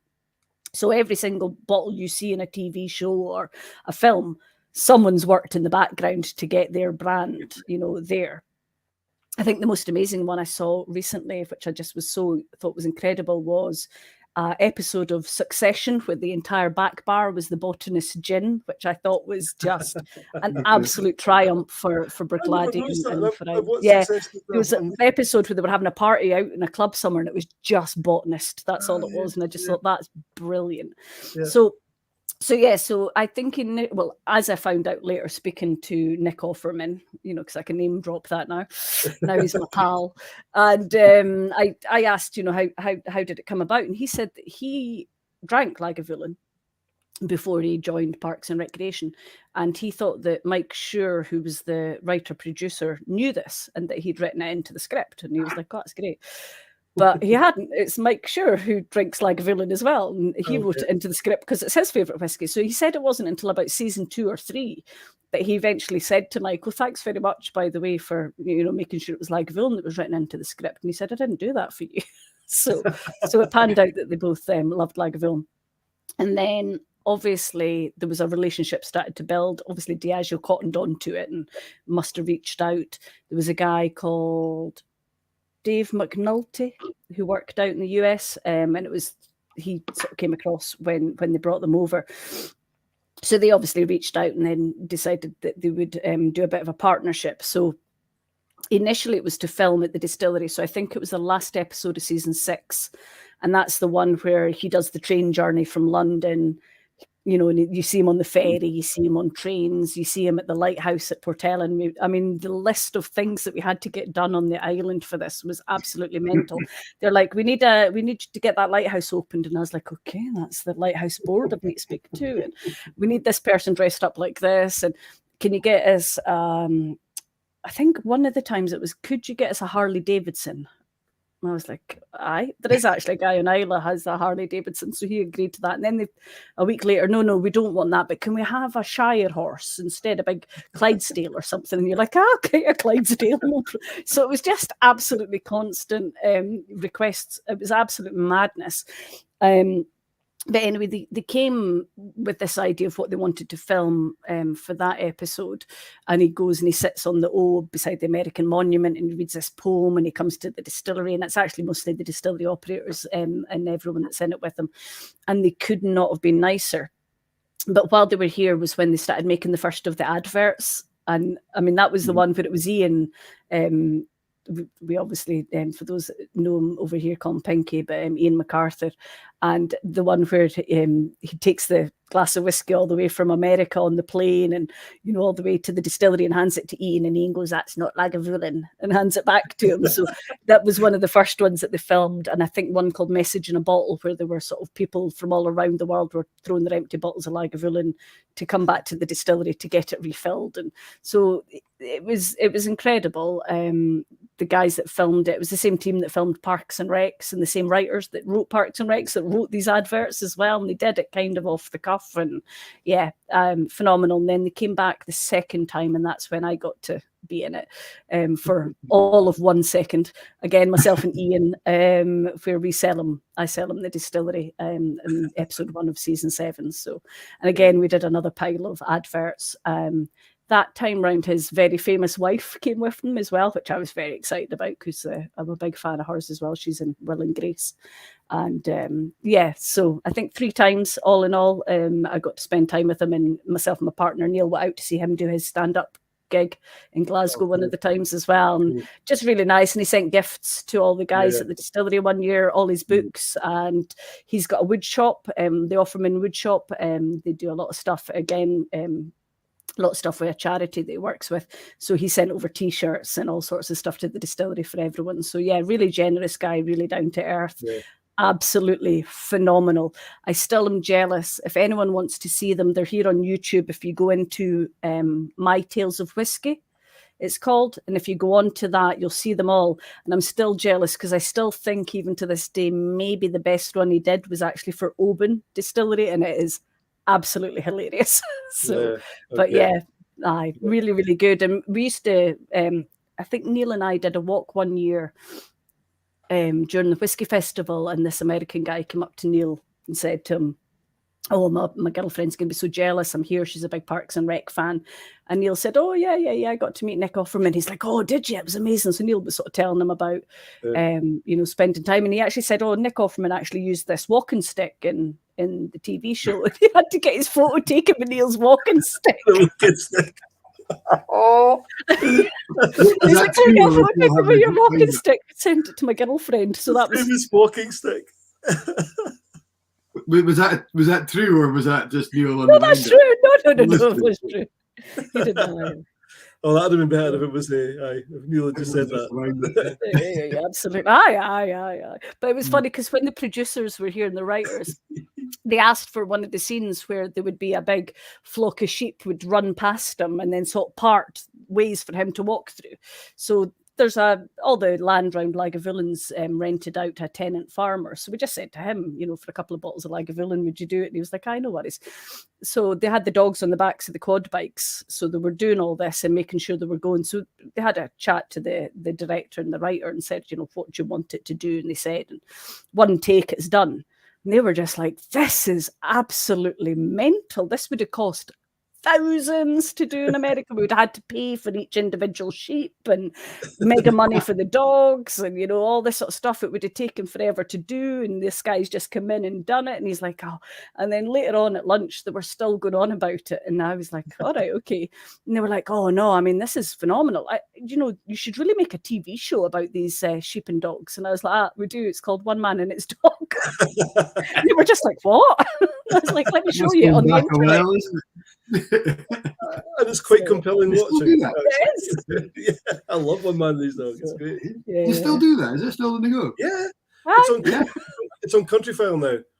Oh, it's on Countryfile. That's why I don't know about it. They don't have just like a One Man and His Dog kind of national competition.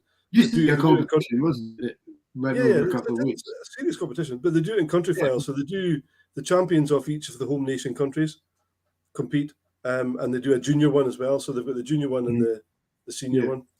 Yeah. I think if you're really into it, you'll find your own sheepdog trials locally. Bet you there are. Yes. Trials up there. There are. They do them at Keith Hall. Ah, there you go. Yeah. I know they do them. I haven't seen One Man and His Dog on the TV for. No, I didn't. Yeah. I used to be on like prime time Saturday night on BBC Scotland. A whole stack of it. It was like.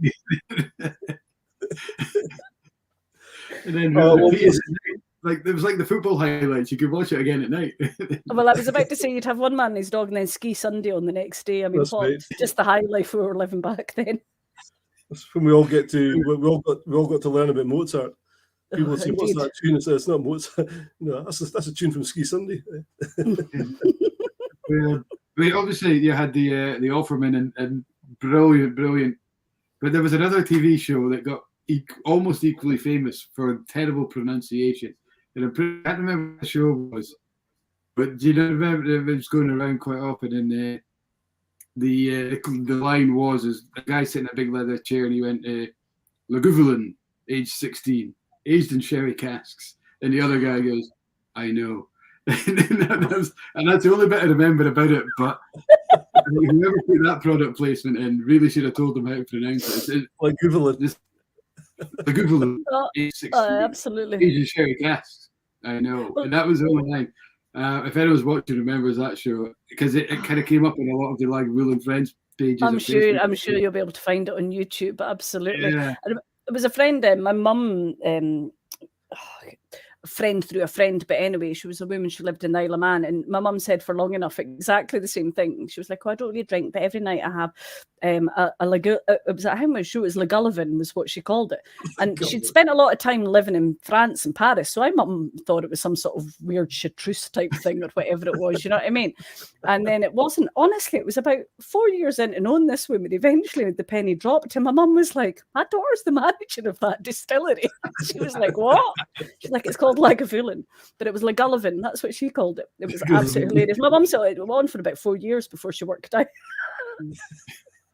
So it's like the Gulliver's Travels or something like that. Exactly, the Gulliver's Travels. It's brilliant when you're talking to people. People come into the shop and they'll say something like, "Oh, I love a Lagavulin," and you'll say, "Oh, Lagavulin," and they'll go, "Yes, yeah, Lagavulin." They'll continue to, even though you've You do not need to tell me about this. It's one of my pet peeves. And it doesn't matter how many times you say it correctly to them.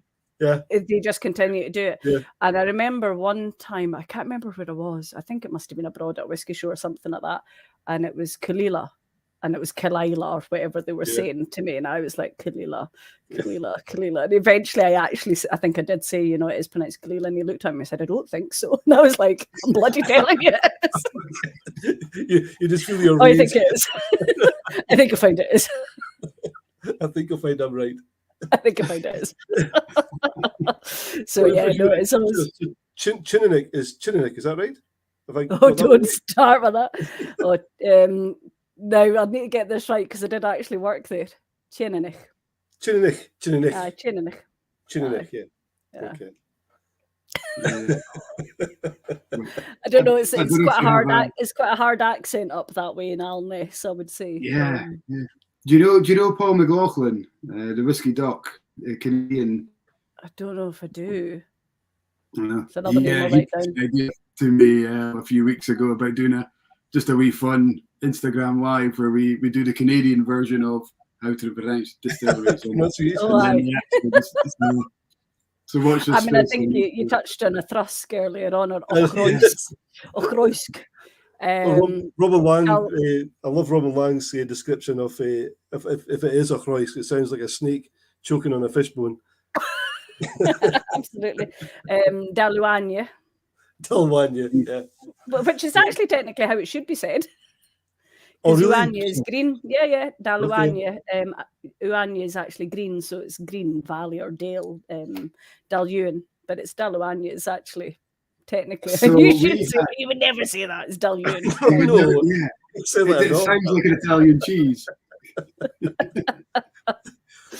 We had a tasting. It was during lockdown, virtual tasting, and it was me and I think Stuart it was Douglas Lang who we were doing a tasting with, and we had this Daluan, and there was a guy piped up at home, and he kind of says, "Well, I think you'll find it's pronounced Dalwania."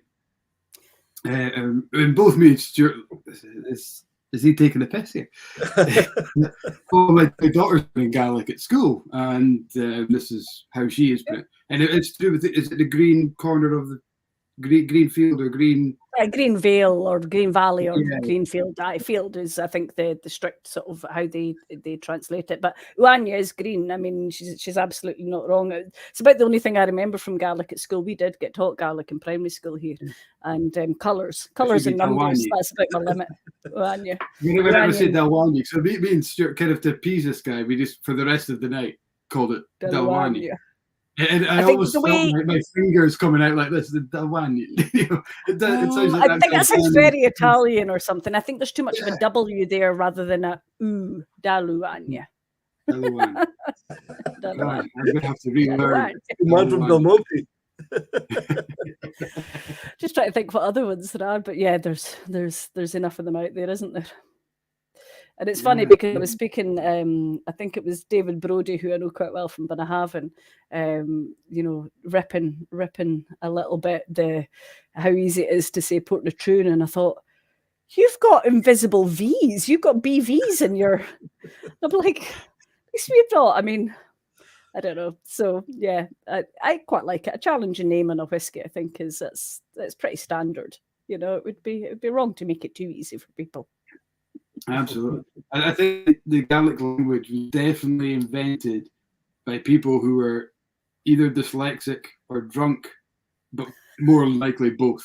They just had surplus letters they didn't know what to do with, I think. It's there's less letters in the language, isn't there? Just put loads of letters into it. With the Welsh, yeah. How many letters is it? Like 10 or something like that. It's a lot less letters.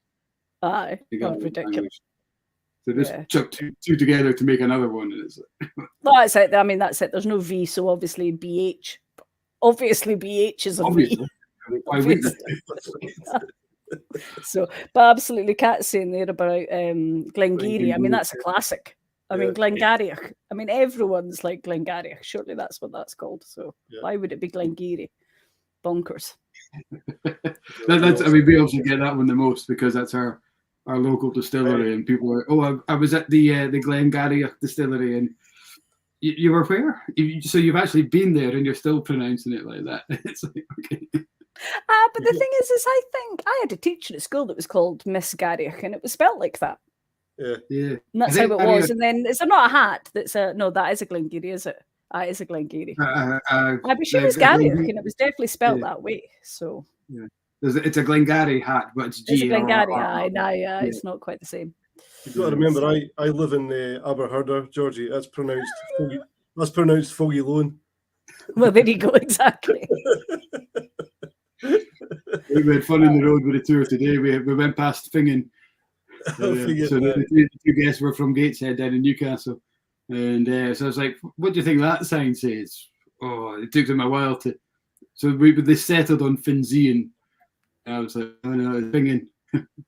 What? And they didn't believe me. So when we talked about the Scotland the What sketch, the Finzean, Fingen. When I first moved up to Speyside to manage the whiskey shop in Dufton, I had to get in touch with the police, obviously, because it was back in the day when you actually had a shop license rather than personal licenses and things like that now. And so I'd had to phone, it was the police station in Fochabers. But of course, I had just moved to the area, so I'd phoned up and I think you got routed to, I don't know, probably Aberdeen or something like that, and then they had to send you on to the other station. So I phoned up and said, could you please put me through to Fochabers police station, please? And the woman went, what do you mean, Fochabers? And I was like, I don't know, is that what I mean?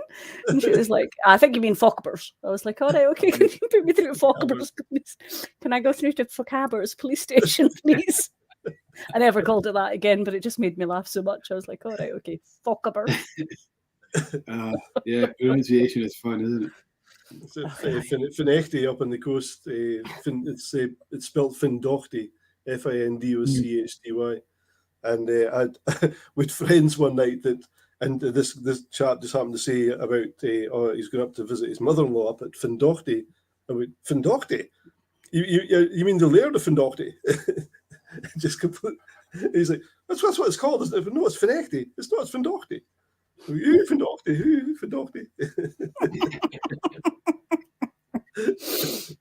It's always better. It's just said how it's Ardnamurkin. There's no messing there. It just is what it is. Yeah. It says what it is. Yeah. It sounds like the place it is.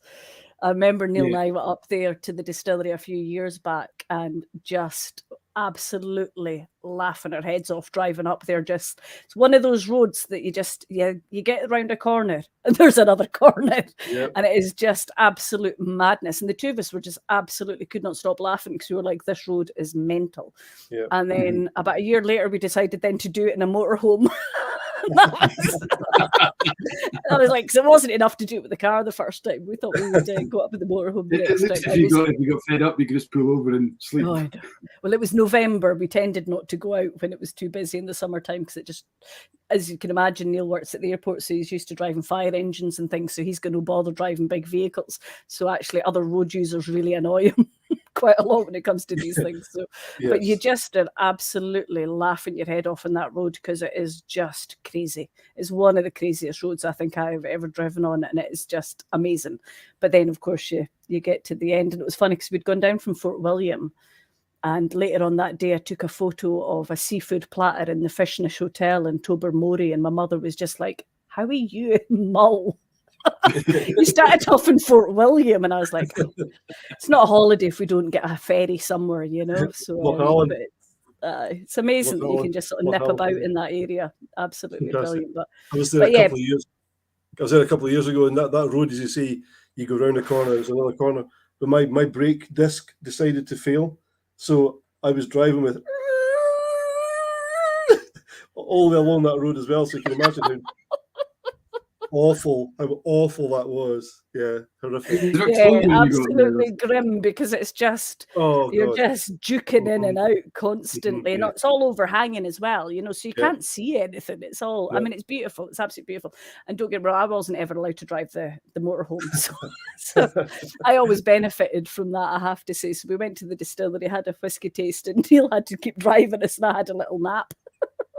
So, but yeah, no, incredible and brilliant distillery. Another one of these startups that we've touched on.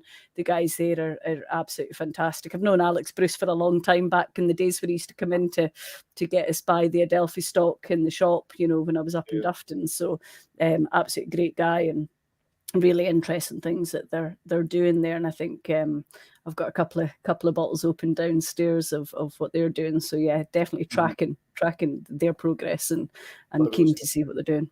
Yeah. I'm going back again in a couple of weeks on holiday, so we're really looking forward to it. So. Aye. Oh, look, it's worth the journey, no doubt at all, but it's some journey. Yes. Yes. It's the stags roaring at this time of year is fantastic. I mean, are there stags in Islay? Are they ready in Islay? Yeah. We've got a tame one that lives outside our garden, and the noise is absolutely. Well, we live on a shooting estate, and so there's one here that I think has been at some point hand fed by the gamekeepers, because the gamekeeper's house is just down the road from ours, and he is unbelievably tame. And Neil had sort of phoned the gamekeeper up and was like, he doesn't even move, like you can be no distance from him at all taking photos. I mean, we've got some absolute cracking photos of him, and he's a 14 pointer, a huge big boy, and he just doesn't move. He'll maybe put his head up, look at you, and then just continue eating. He is not phased by it at all. The keeper did say that he would go into the pheasant pens and get the pheasant food, or he would come to him when he was feeding the pheasants. So quite often he was sort of in about the keepers getting fed and stuff like that. But the other night Neil said it, and it was just one of those perfect moments. He said, well, that's it now, they're going to start. Yeah, they're going to start making a noise, and we were up to bed, and within 5 minutes, we were just laughing. We were like, there he is. So yeah, it's been quite bad. The next night, Neil went down and shouted at him to try and move him on, and that was fine. He made very strange. Stop being so randy. But that was a bit more of a sort of noise than a sort of calling him names. I'm going to come and steal your women if you don't move. I know what it's all about.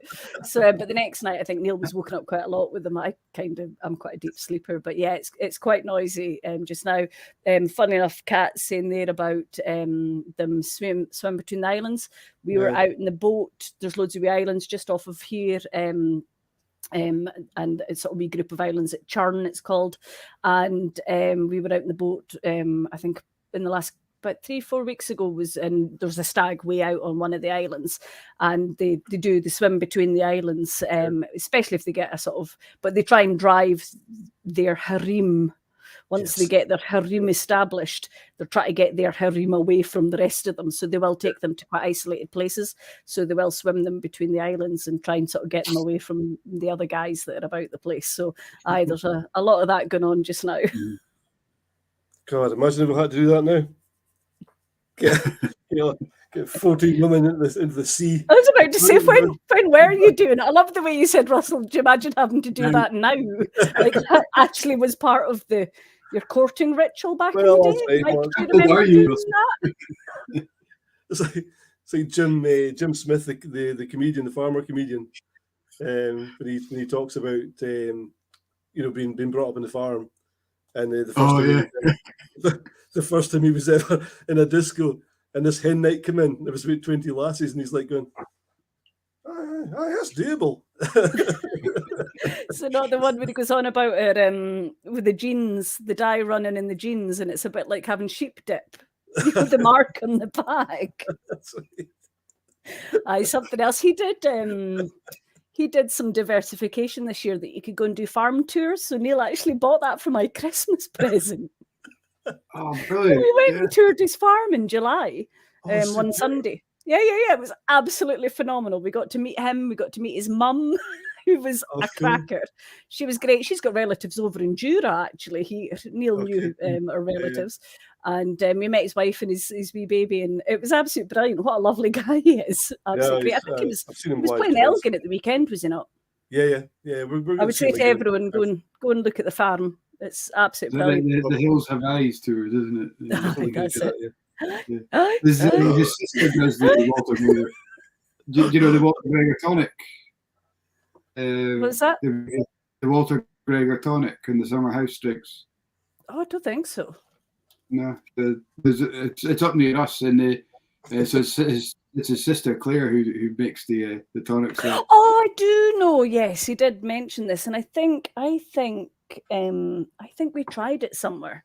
But yeah, no, it's absolutely brilliant. He's great. He's absolutely great. I'm keen on anything like that, you know, Scottish comedy, anything that's going on. And the other big thing that we're absolutely mad for over here in Ireland just now is Pete and Diesel. Don't know. I've actually got tickets for their gig in Bucky. I might come out. I think it's November the 12th. I think it's playing. In fact, I need to remember I've got those tickets. But yeah, so they've that's how we do it in islands. Yeah, absolutely. Well, they've taken the islands, the West Coast, by absolute storm. Obviously, everyone absolutely loves them. They were at Belladrum, weren't they? They were doing Belladrum. Well, they weren't meant to be. I think they came in last minute because your other boy who was at Eurovision pulled out. Yeah, yeah. Well, that was a break.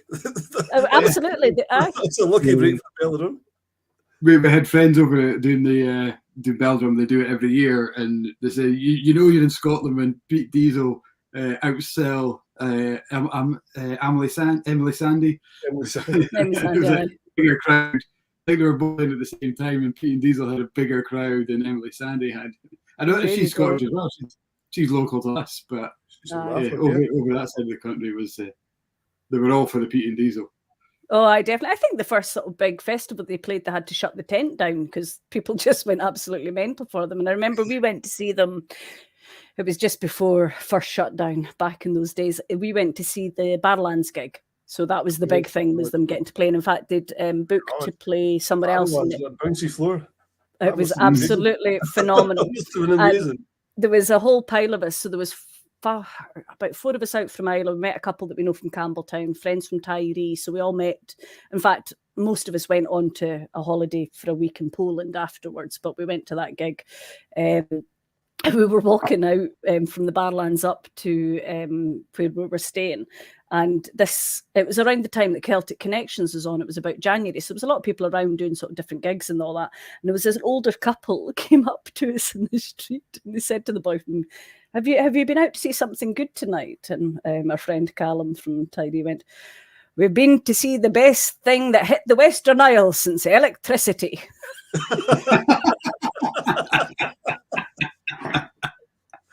It's absolutely folded over in the street. And this couple were like, what? He was like, oh, we've been to see a band, Pete and Diesel, the best thing to hit the Western Isles since electricity. So, but I know, absolutely. I hope they use that tagline. That's got to be on the posters. Aye. So, but the box player used to be an electrician, and he used to come over to Islay quite a lot to do work for the company they worked with. I think he worked up Muir of Ordway as well, quite a lot as well. So in Inverness. So. So no, it's good. I mean, there's some great things that are going on in Scotland just now, sort of culture-wise as well, which is all good. So we've got Tides coming in brewery in October, so looking forward to that, and hopefully they'll pave the way for Pete and Diesel to come over to our town hall as well. Aye, absolutely. That's what you want, but you just need to get yourself to Bucky, 12th of November. Absolutely. Well, I'll be done. I'll be there. That's just up the road for me, so I'm definitely going. I think it's the Fisherman's Hall or something like that. That it's. Oh, definitely. I'll need to look into tickets for that then. Oh, sold out. Oh no! I'll need to see if I can just sneak in somewhere. You'll need to go onto the local sort of Facebook swap or group chat or something like that to see if you can get yourself some tickets. That's it. So, talking about taglines, I don't think I've ever been called the Northern Hasselhoff before, but it's that suntan that you're supporting.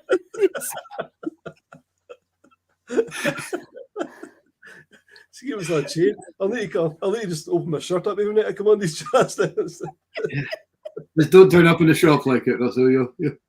I'll be honest with you, Russ. If I turned up tonight and you had your chest hair out, I'm not sure I'd have stayed.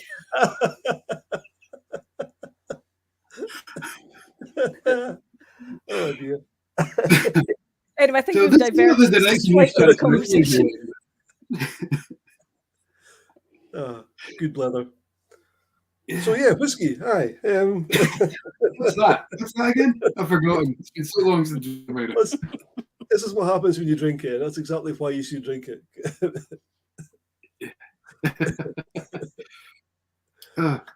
It's only Kat that's now commenting. I think we've scared everyone else away. Maybe. We still have 11 watches. So, if you have any whiskey relation, we're probably away to find out. But please fire through any whiskey related questions that you have. We'll do our best to compose ourselves and answer. Yes.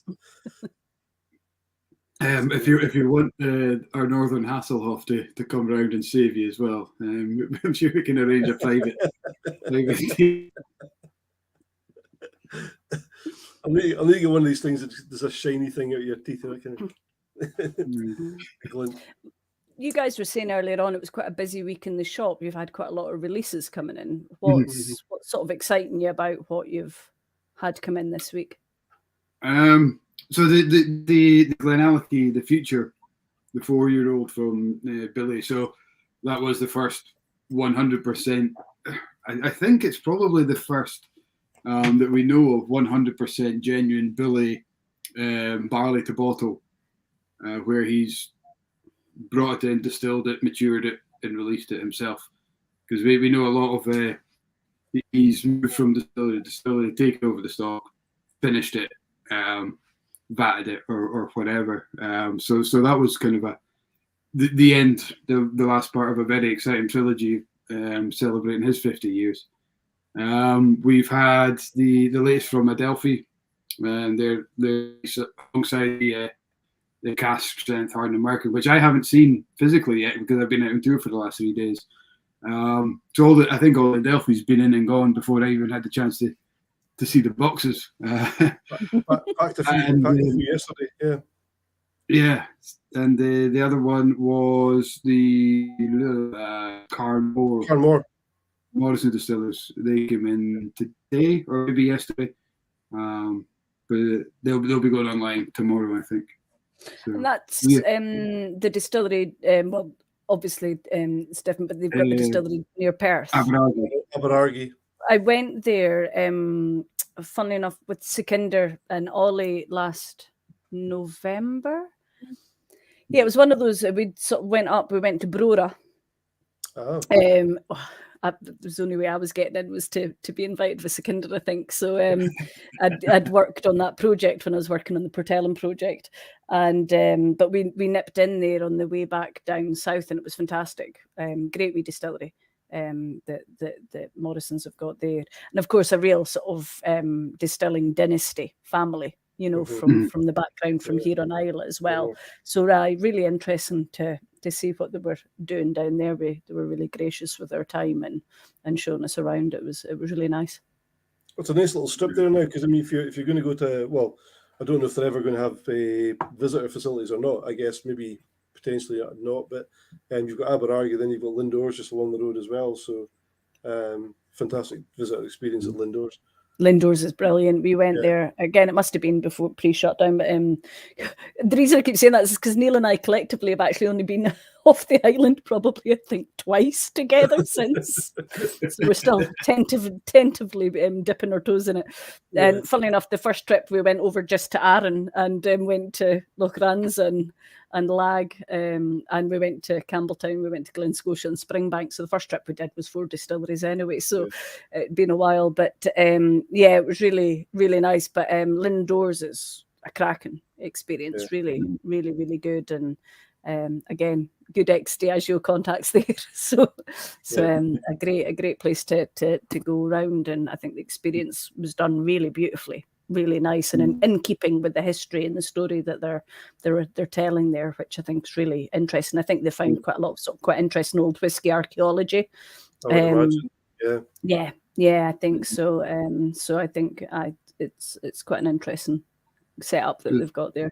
Yeah, I think because we had Drew on kind of last year, almost a year ago, and you know we spoke about this home of whiskey, spiritual home of Scottish whiskey at Lindores, and he was very keen to keep it spiritual and not, because I suppose they could have really went Disneyland on that and made it this all singing, all dancing, not proper, but like a really, really kind of twisty based. But he was very keen to keep it grounded, keep it, make it good, make it attractive, make it, but hold the spirit and keep that kind of community, because they only take barley from the kind of 2 neighbouring farms, he really wanted to keep the roots in the history rather than, because I think there would have been a potential for a massive cash cow opportunity there. I think they believe they're very much custodians of that story, and they're acting appropriate to that, and I think that's a key thing. I think it's because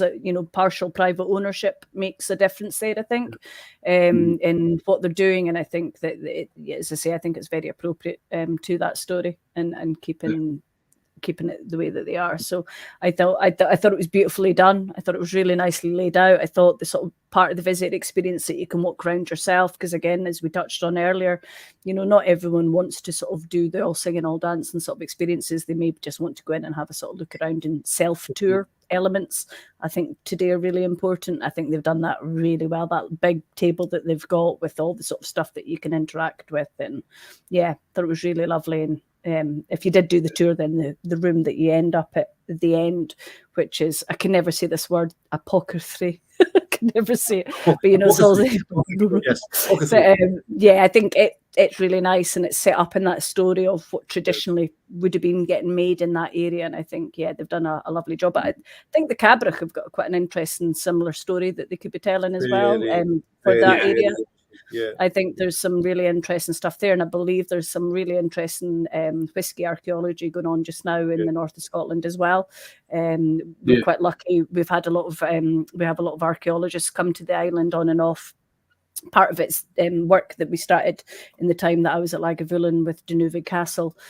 But Reading University archaeologists come and they do quite a lot of teaching schools on the island, and we're very lucky that there's a boy, Darach, who has been doing a lot of work with them over the years, who's now doing some of stuff with Mr. Winchester that we touched on earlier on. And I think they've got some really quite interesting things that they're looking at and finding at the moment. And I think a lot of the story at the Cabrach and things like that, it's going to be quite an interesting story about that sort of history of whiskey making in Speyside collectively. I think they've got a real nice story to tell. So talking about history and the Lord of the Isles, we've got a wee bit of history with you guys over in this part of the world, because you sent the biggest clan army to Harlaw to fight with us here. Absolutely. Yeah. Yeah. It was a high scoring draw by the sound of it, but I think people don't realise it, but back in those sort of days, families, you were expected to have enough children within a collection of families to actually row a boat. That's actually, that's what it was. Yeah. You would be expected to have X number of sons that you put forward to battle, and each sort of village or sort of bigger group of people that lived together would have to collectively put enough men to the oar, and it would be how many would then have a burling or one of these sort of skin boats as they would have been back then. But that's how it was done, and that's what was expected of you, was men to the oar and men to battle, and that was each family had to produce them. Probably our biggest family at the time was the Leslies, and I think you killed 5 of Laird Leslie's sons during that battle. So you did a fair effort. Do you apologise collectively for the what would have been the McDonald's of Denuvig back in the day? I think that was the way it was. I mean, the whole thing was a bit of a mystery, because they travelled to Ross to take back disputed land and all sorts of family kind of issues and things, but then suddenly thought, fuck it, well, let's go and mess up Aberdeen. let's go mess up Aberdeen as well, but nothing to do with it.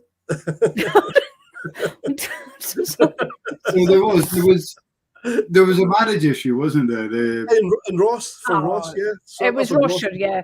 It was Ross that they were trying to get into. So it was Lords. Funny enough, it was Lords of the Isles and Ross. That's where he was, Lord of the Isles. I mean, we hadn't even discovered oil in Aberdeen, so what are they coming to?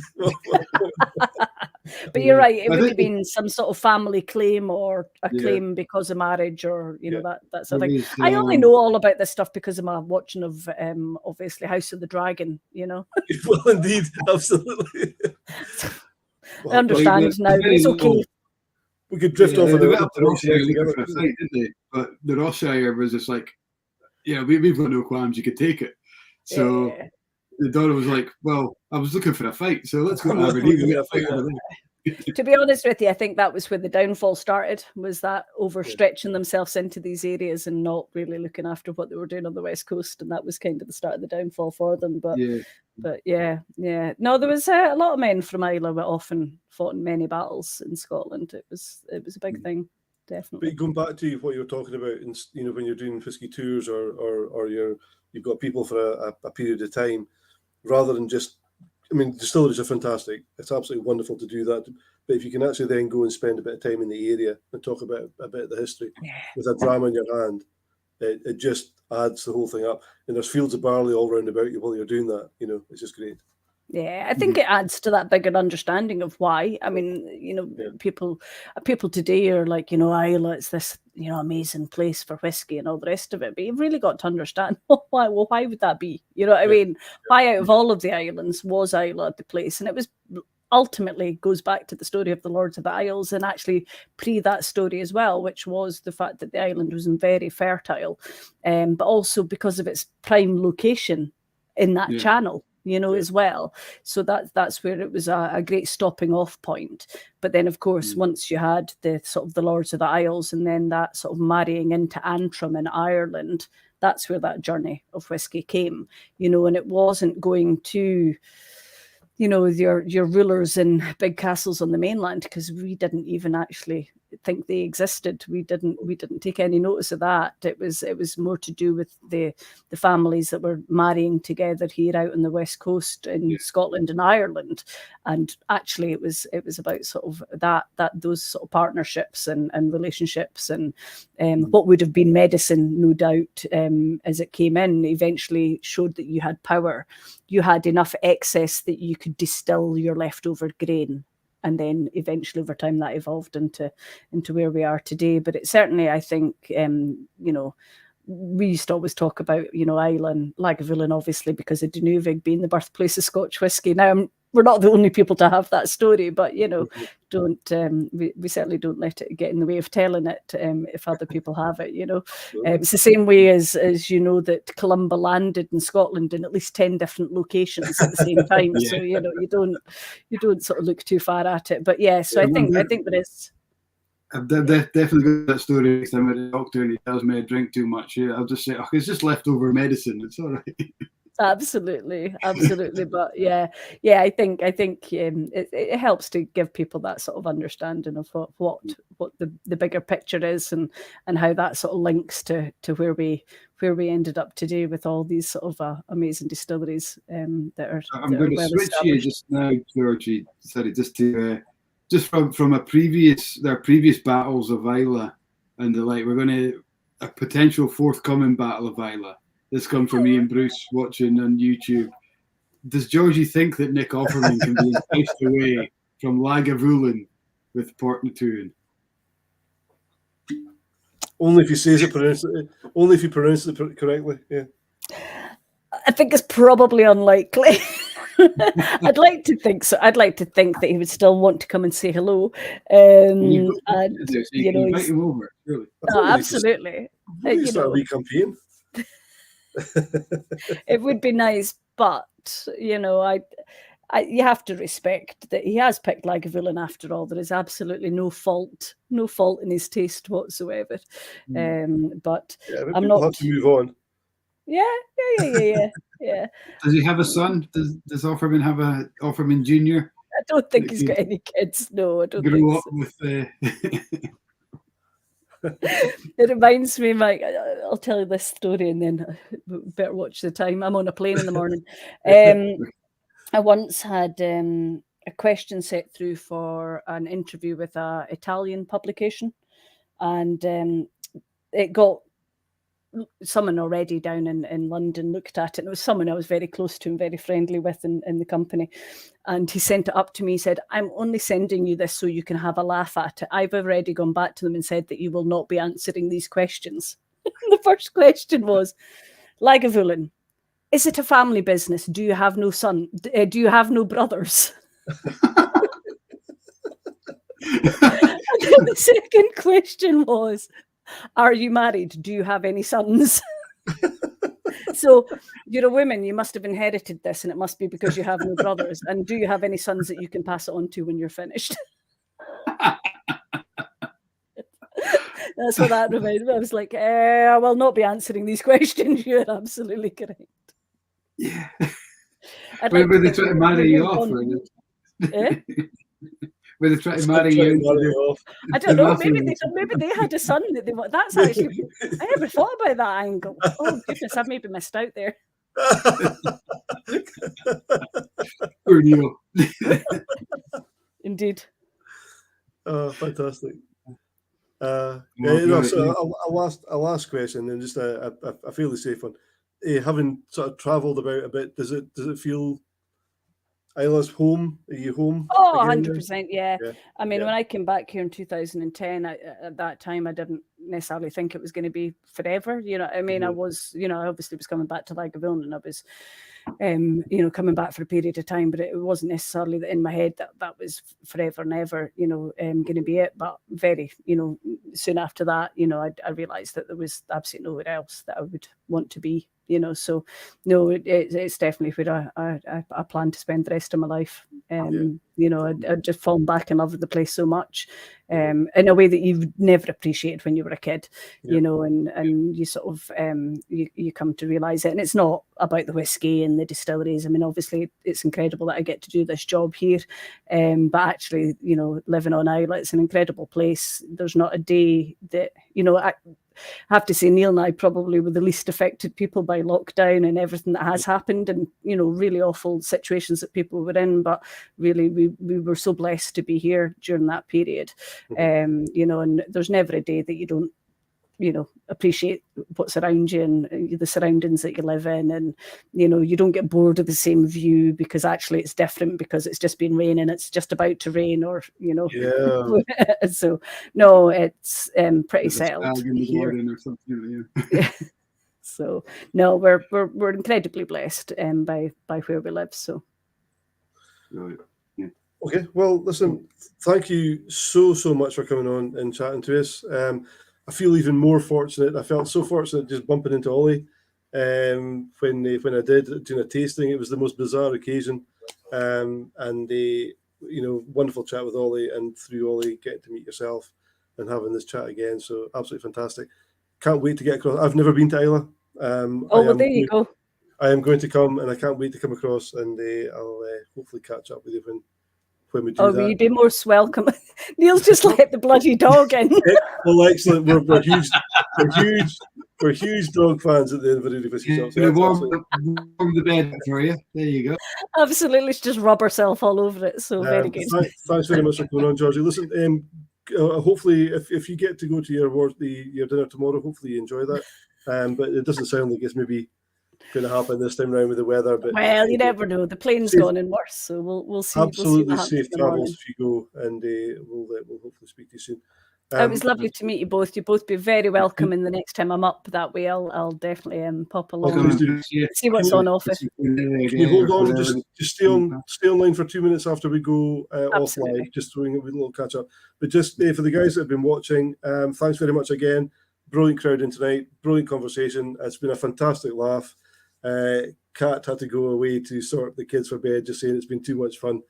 She can't wait to get involved again, so that's brilliant. And Talisker, who just popped up at the end there as well. He did. Brilliant yarns. Amazing guy. That was the first person we went to see when we out of lockdown. We went over to Glen Scotia. We had actually only just met him virtually at a tasting the week before, and I reached out to him on Facebook, and he was so generous with his time and what he has done at that distillery. He should be getting every award in the world. He has put his heart and soul into the place. Has he not already got that? Well, he has, I know, but he deserves it because he's just such a gentleman. The whiskey is amazing. We've been drinking the 15-year-old in a hip flask. It is absolutely phenomenal. And if you've never been down, get yourself down to see what he's done at Glen Scotia. It's absolutely phenomenal. The whiskey's great. He's a huge fan of us. We've had him on the Blether a couple of times. We've done a tasting with him. I've done a private one, so I feel like I know him well. I've never actually physically met him, so need to get down there at some point. No, I owe him. You're lucky we never got into chatting about telegraph poles tonight, but that's a different story. Well, it's a different story, but if he's still on, I know I still owe him a bottle, actually, so that's reminded me I'm going to put a note. But for the guys that are still there, there's a few guys still listening in, as we're saying, cheerio. Next week, we've got Anthony Wills from Kilhoman. So please join in again next week, guys. We'll look forward to seeing you all again then. But in the meantime, good night. Thank you for being with us, and Slàinte. Slàinte. Cheers. Cheers.